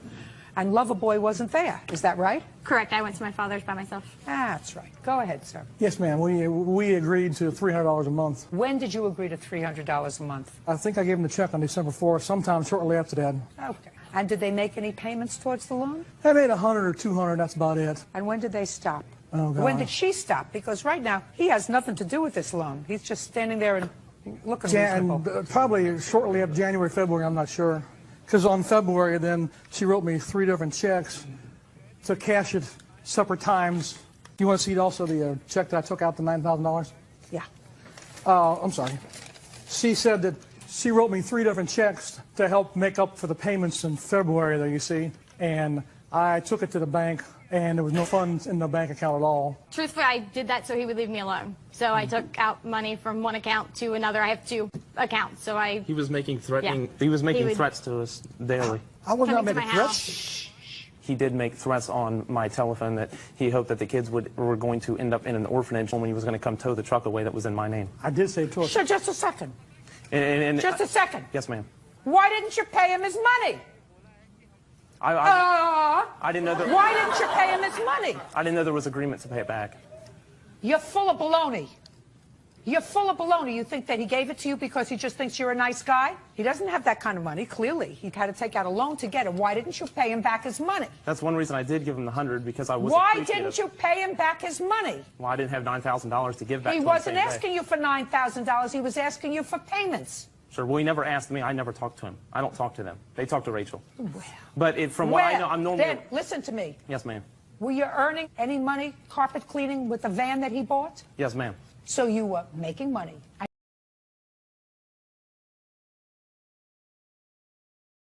In that moment your world is crumbling, but there is an even more amazing and healing journey ahead that will change everything. Today's story with a similar plot. Enjoy. I met Janet on the porch at Adams Morgan one steamy summer night in Washington. It was a typical summer day, the heat and humidity were over 100 and I was soaked through. No one in their right mind would stay in Washington in July. No wonder the creatures in Congress run away for a 5-week vacation. But my graduate commitments kept me tied to this place, so I stood there suffering. It was damn painful. The District of Columbia was created from lands given by the states of Maryland and Virginia, and our selfish founders would never have given away land suitable for agriculture. Instead, they gave the country an excellent piece of swamp near the Potomac, and although the area is now being developed with expensive real estate, the essence of the pristine quagmire is still felt. 2 things immediately stood out to me about my future wife. First, she was lying on a shabby sofa on the veranda, clearly drunk, which promised a solution to my dryness problem. I was going through a long period of stagnation in my intimacy life, so romance was the last thing I needed. It may seem superficial to be attracted to a woman because of her breasts, but as they say, you can't remember personality. She had a sweet, oval face, not beautiful but pleasant, and very thick brown hair that flowed down her back in waves. She had an incredibly mouth with very full and expressive lips. Movie stars pay fortunes for lips like these. She wasn't unconscious or anything like that. It was just clear that her judgment might be seriously impaired. In short, she was exactly what I was looking for in a woman. I'm not a predator, I would never force a girl against her will.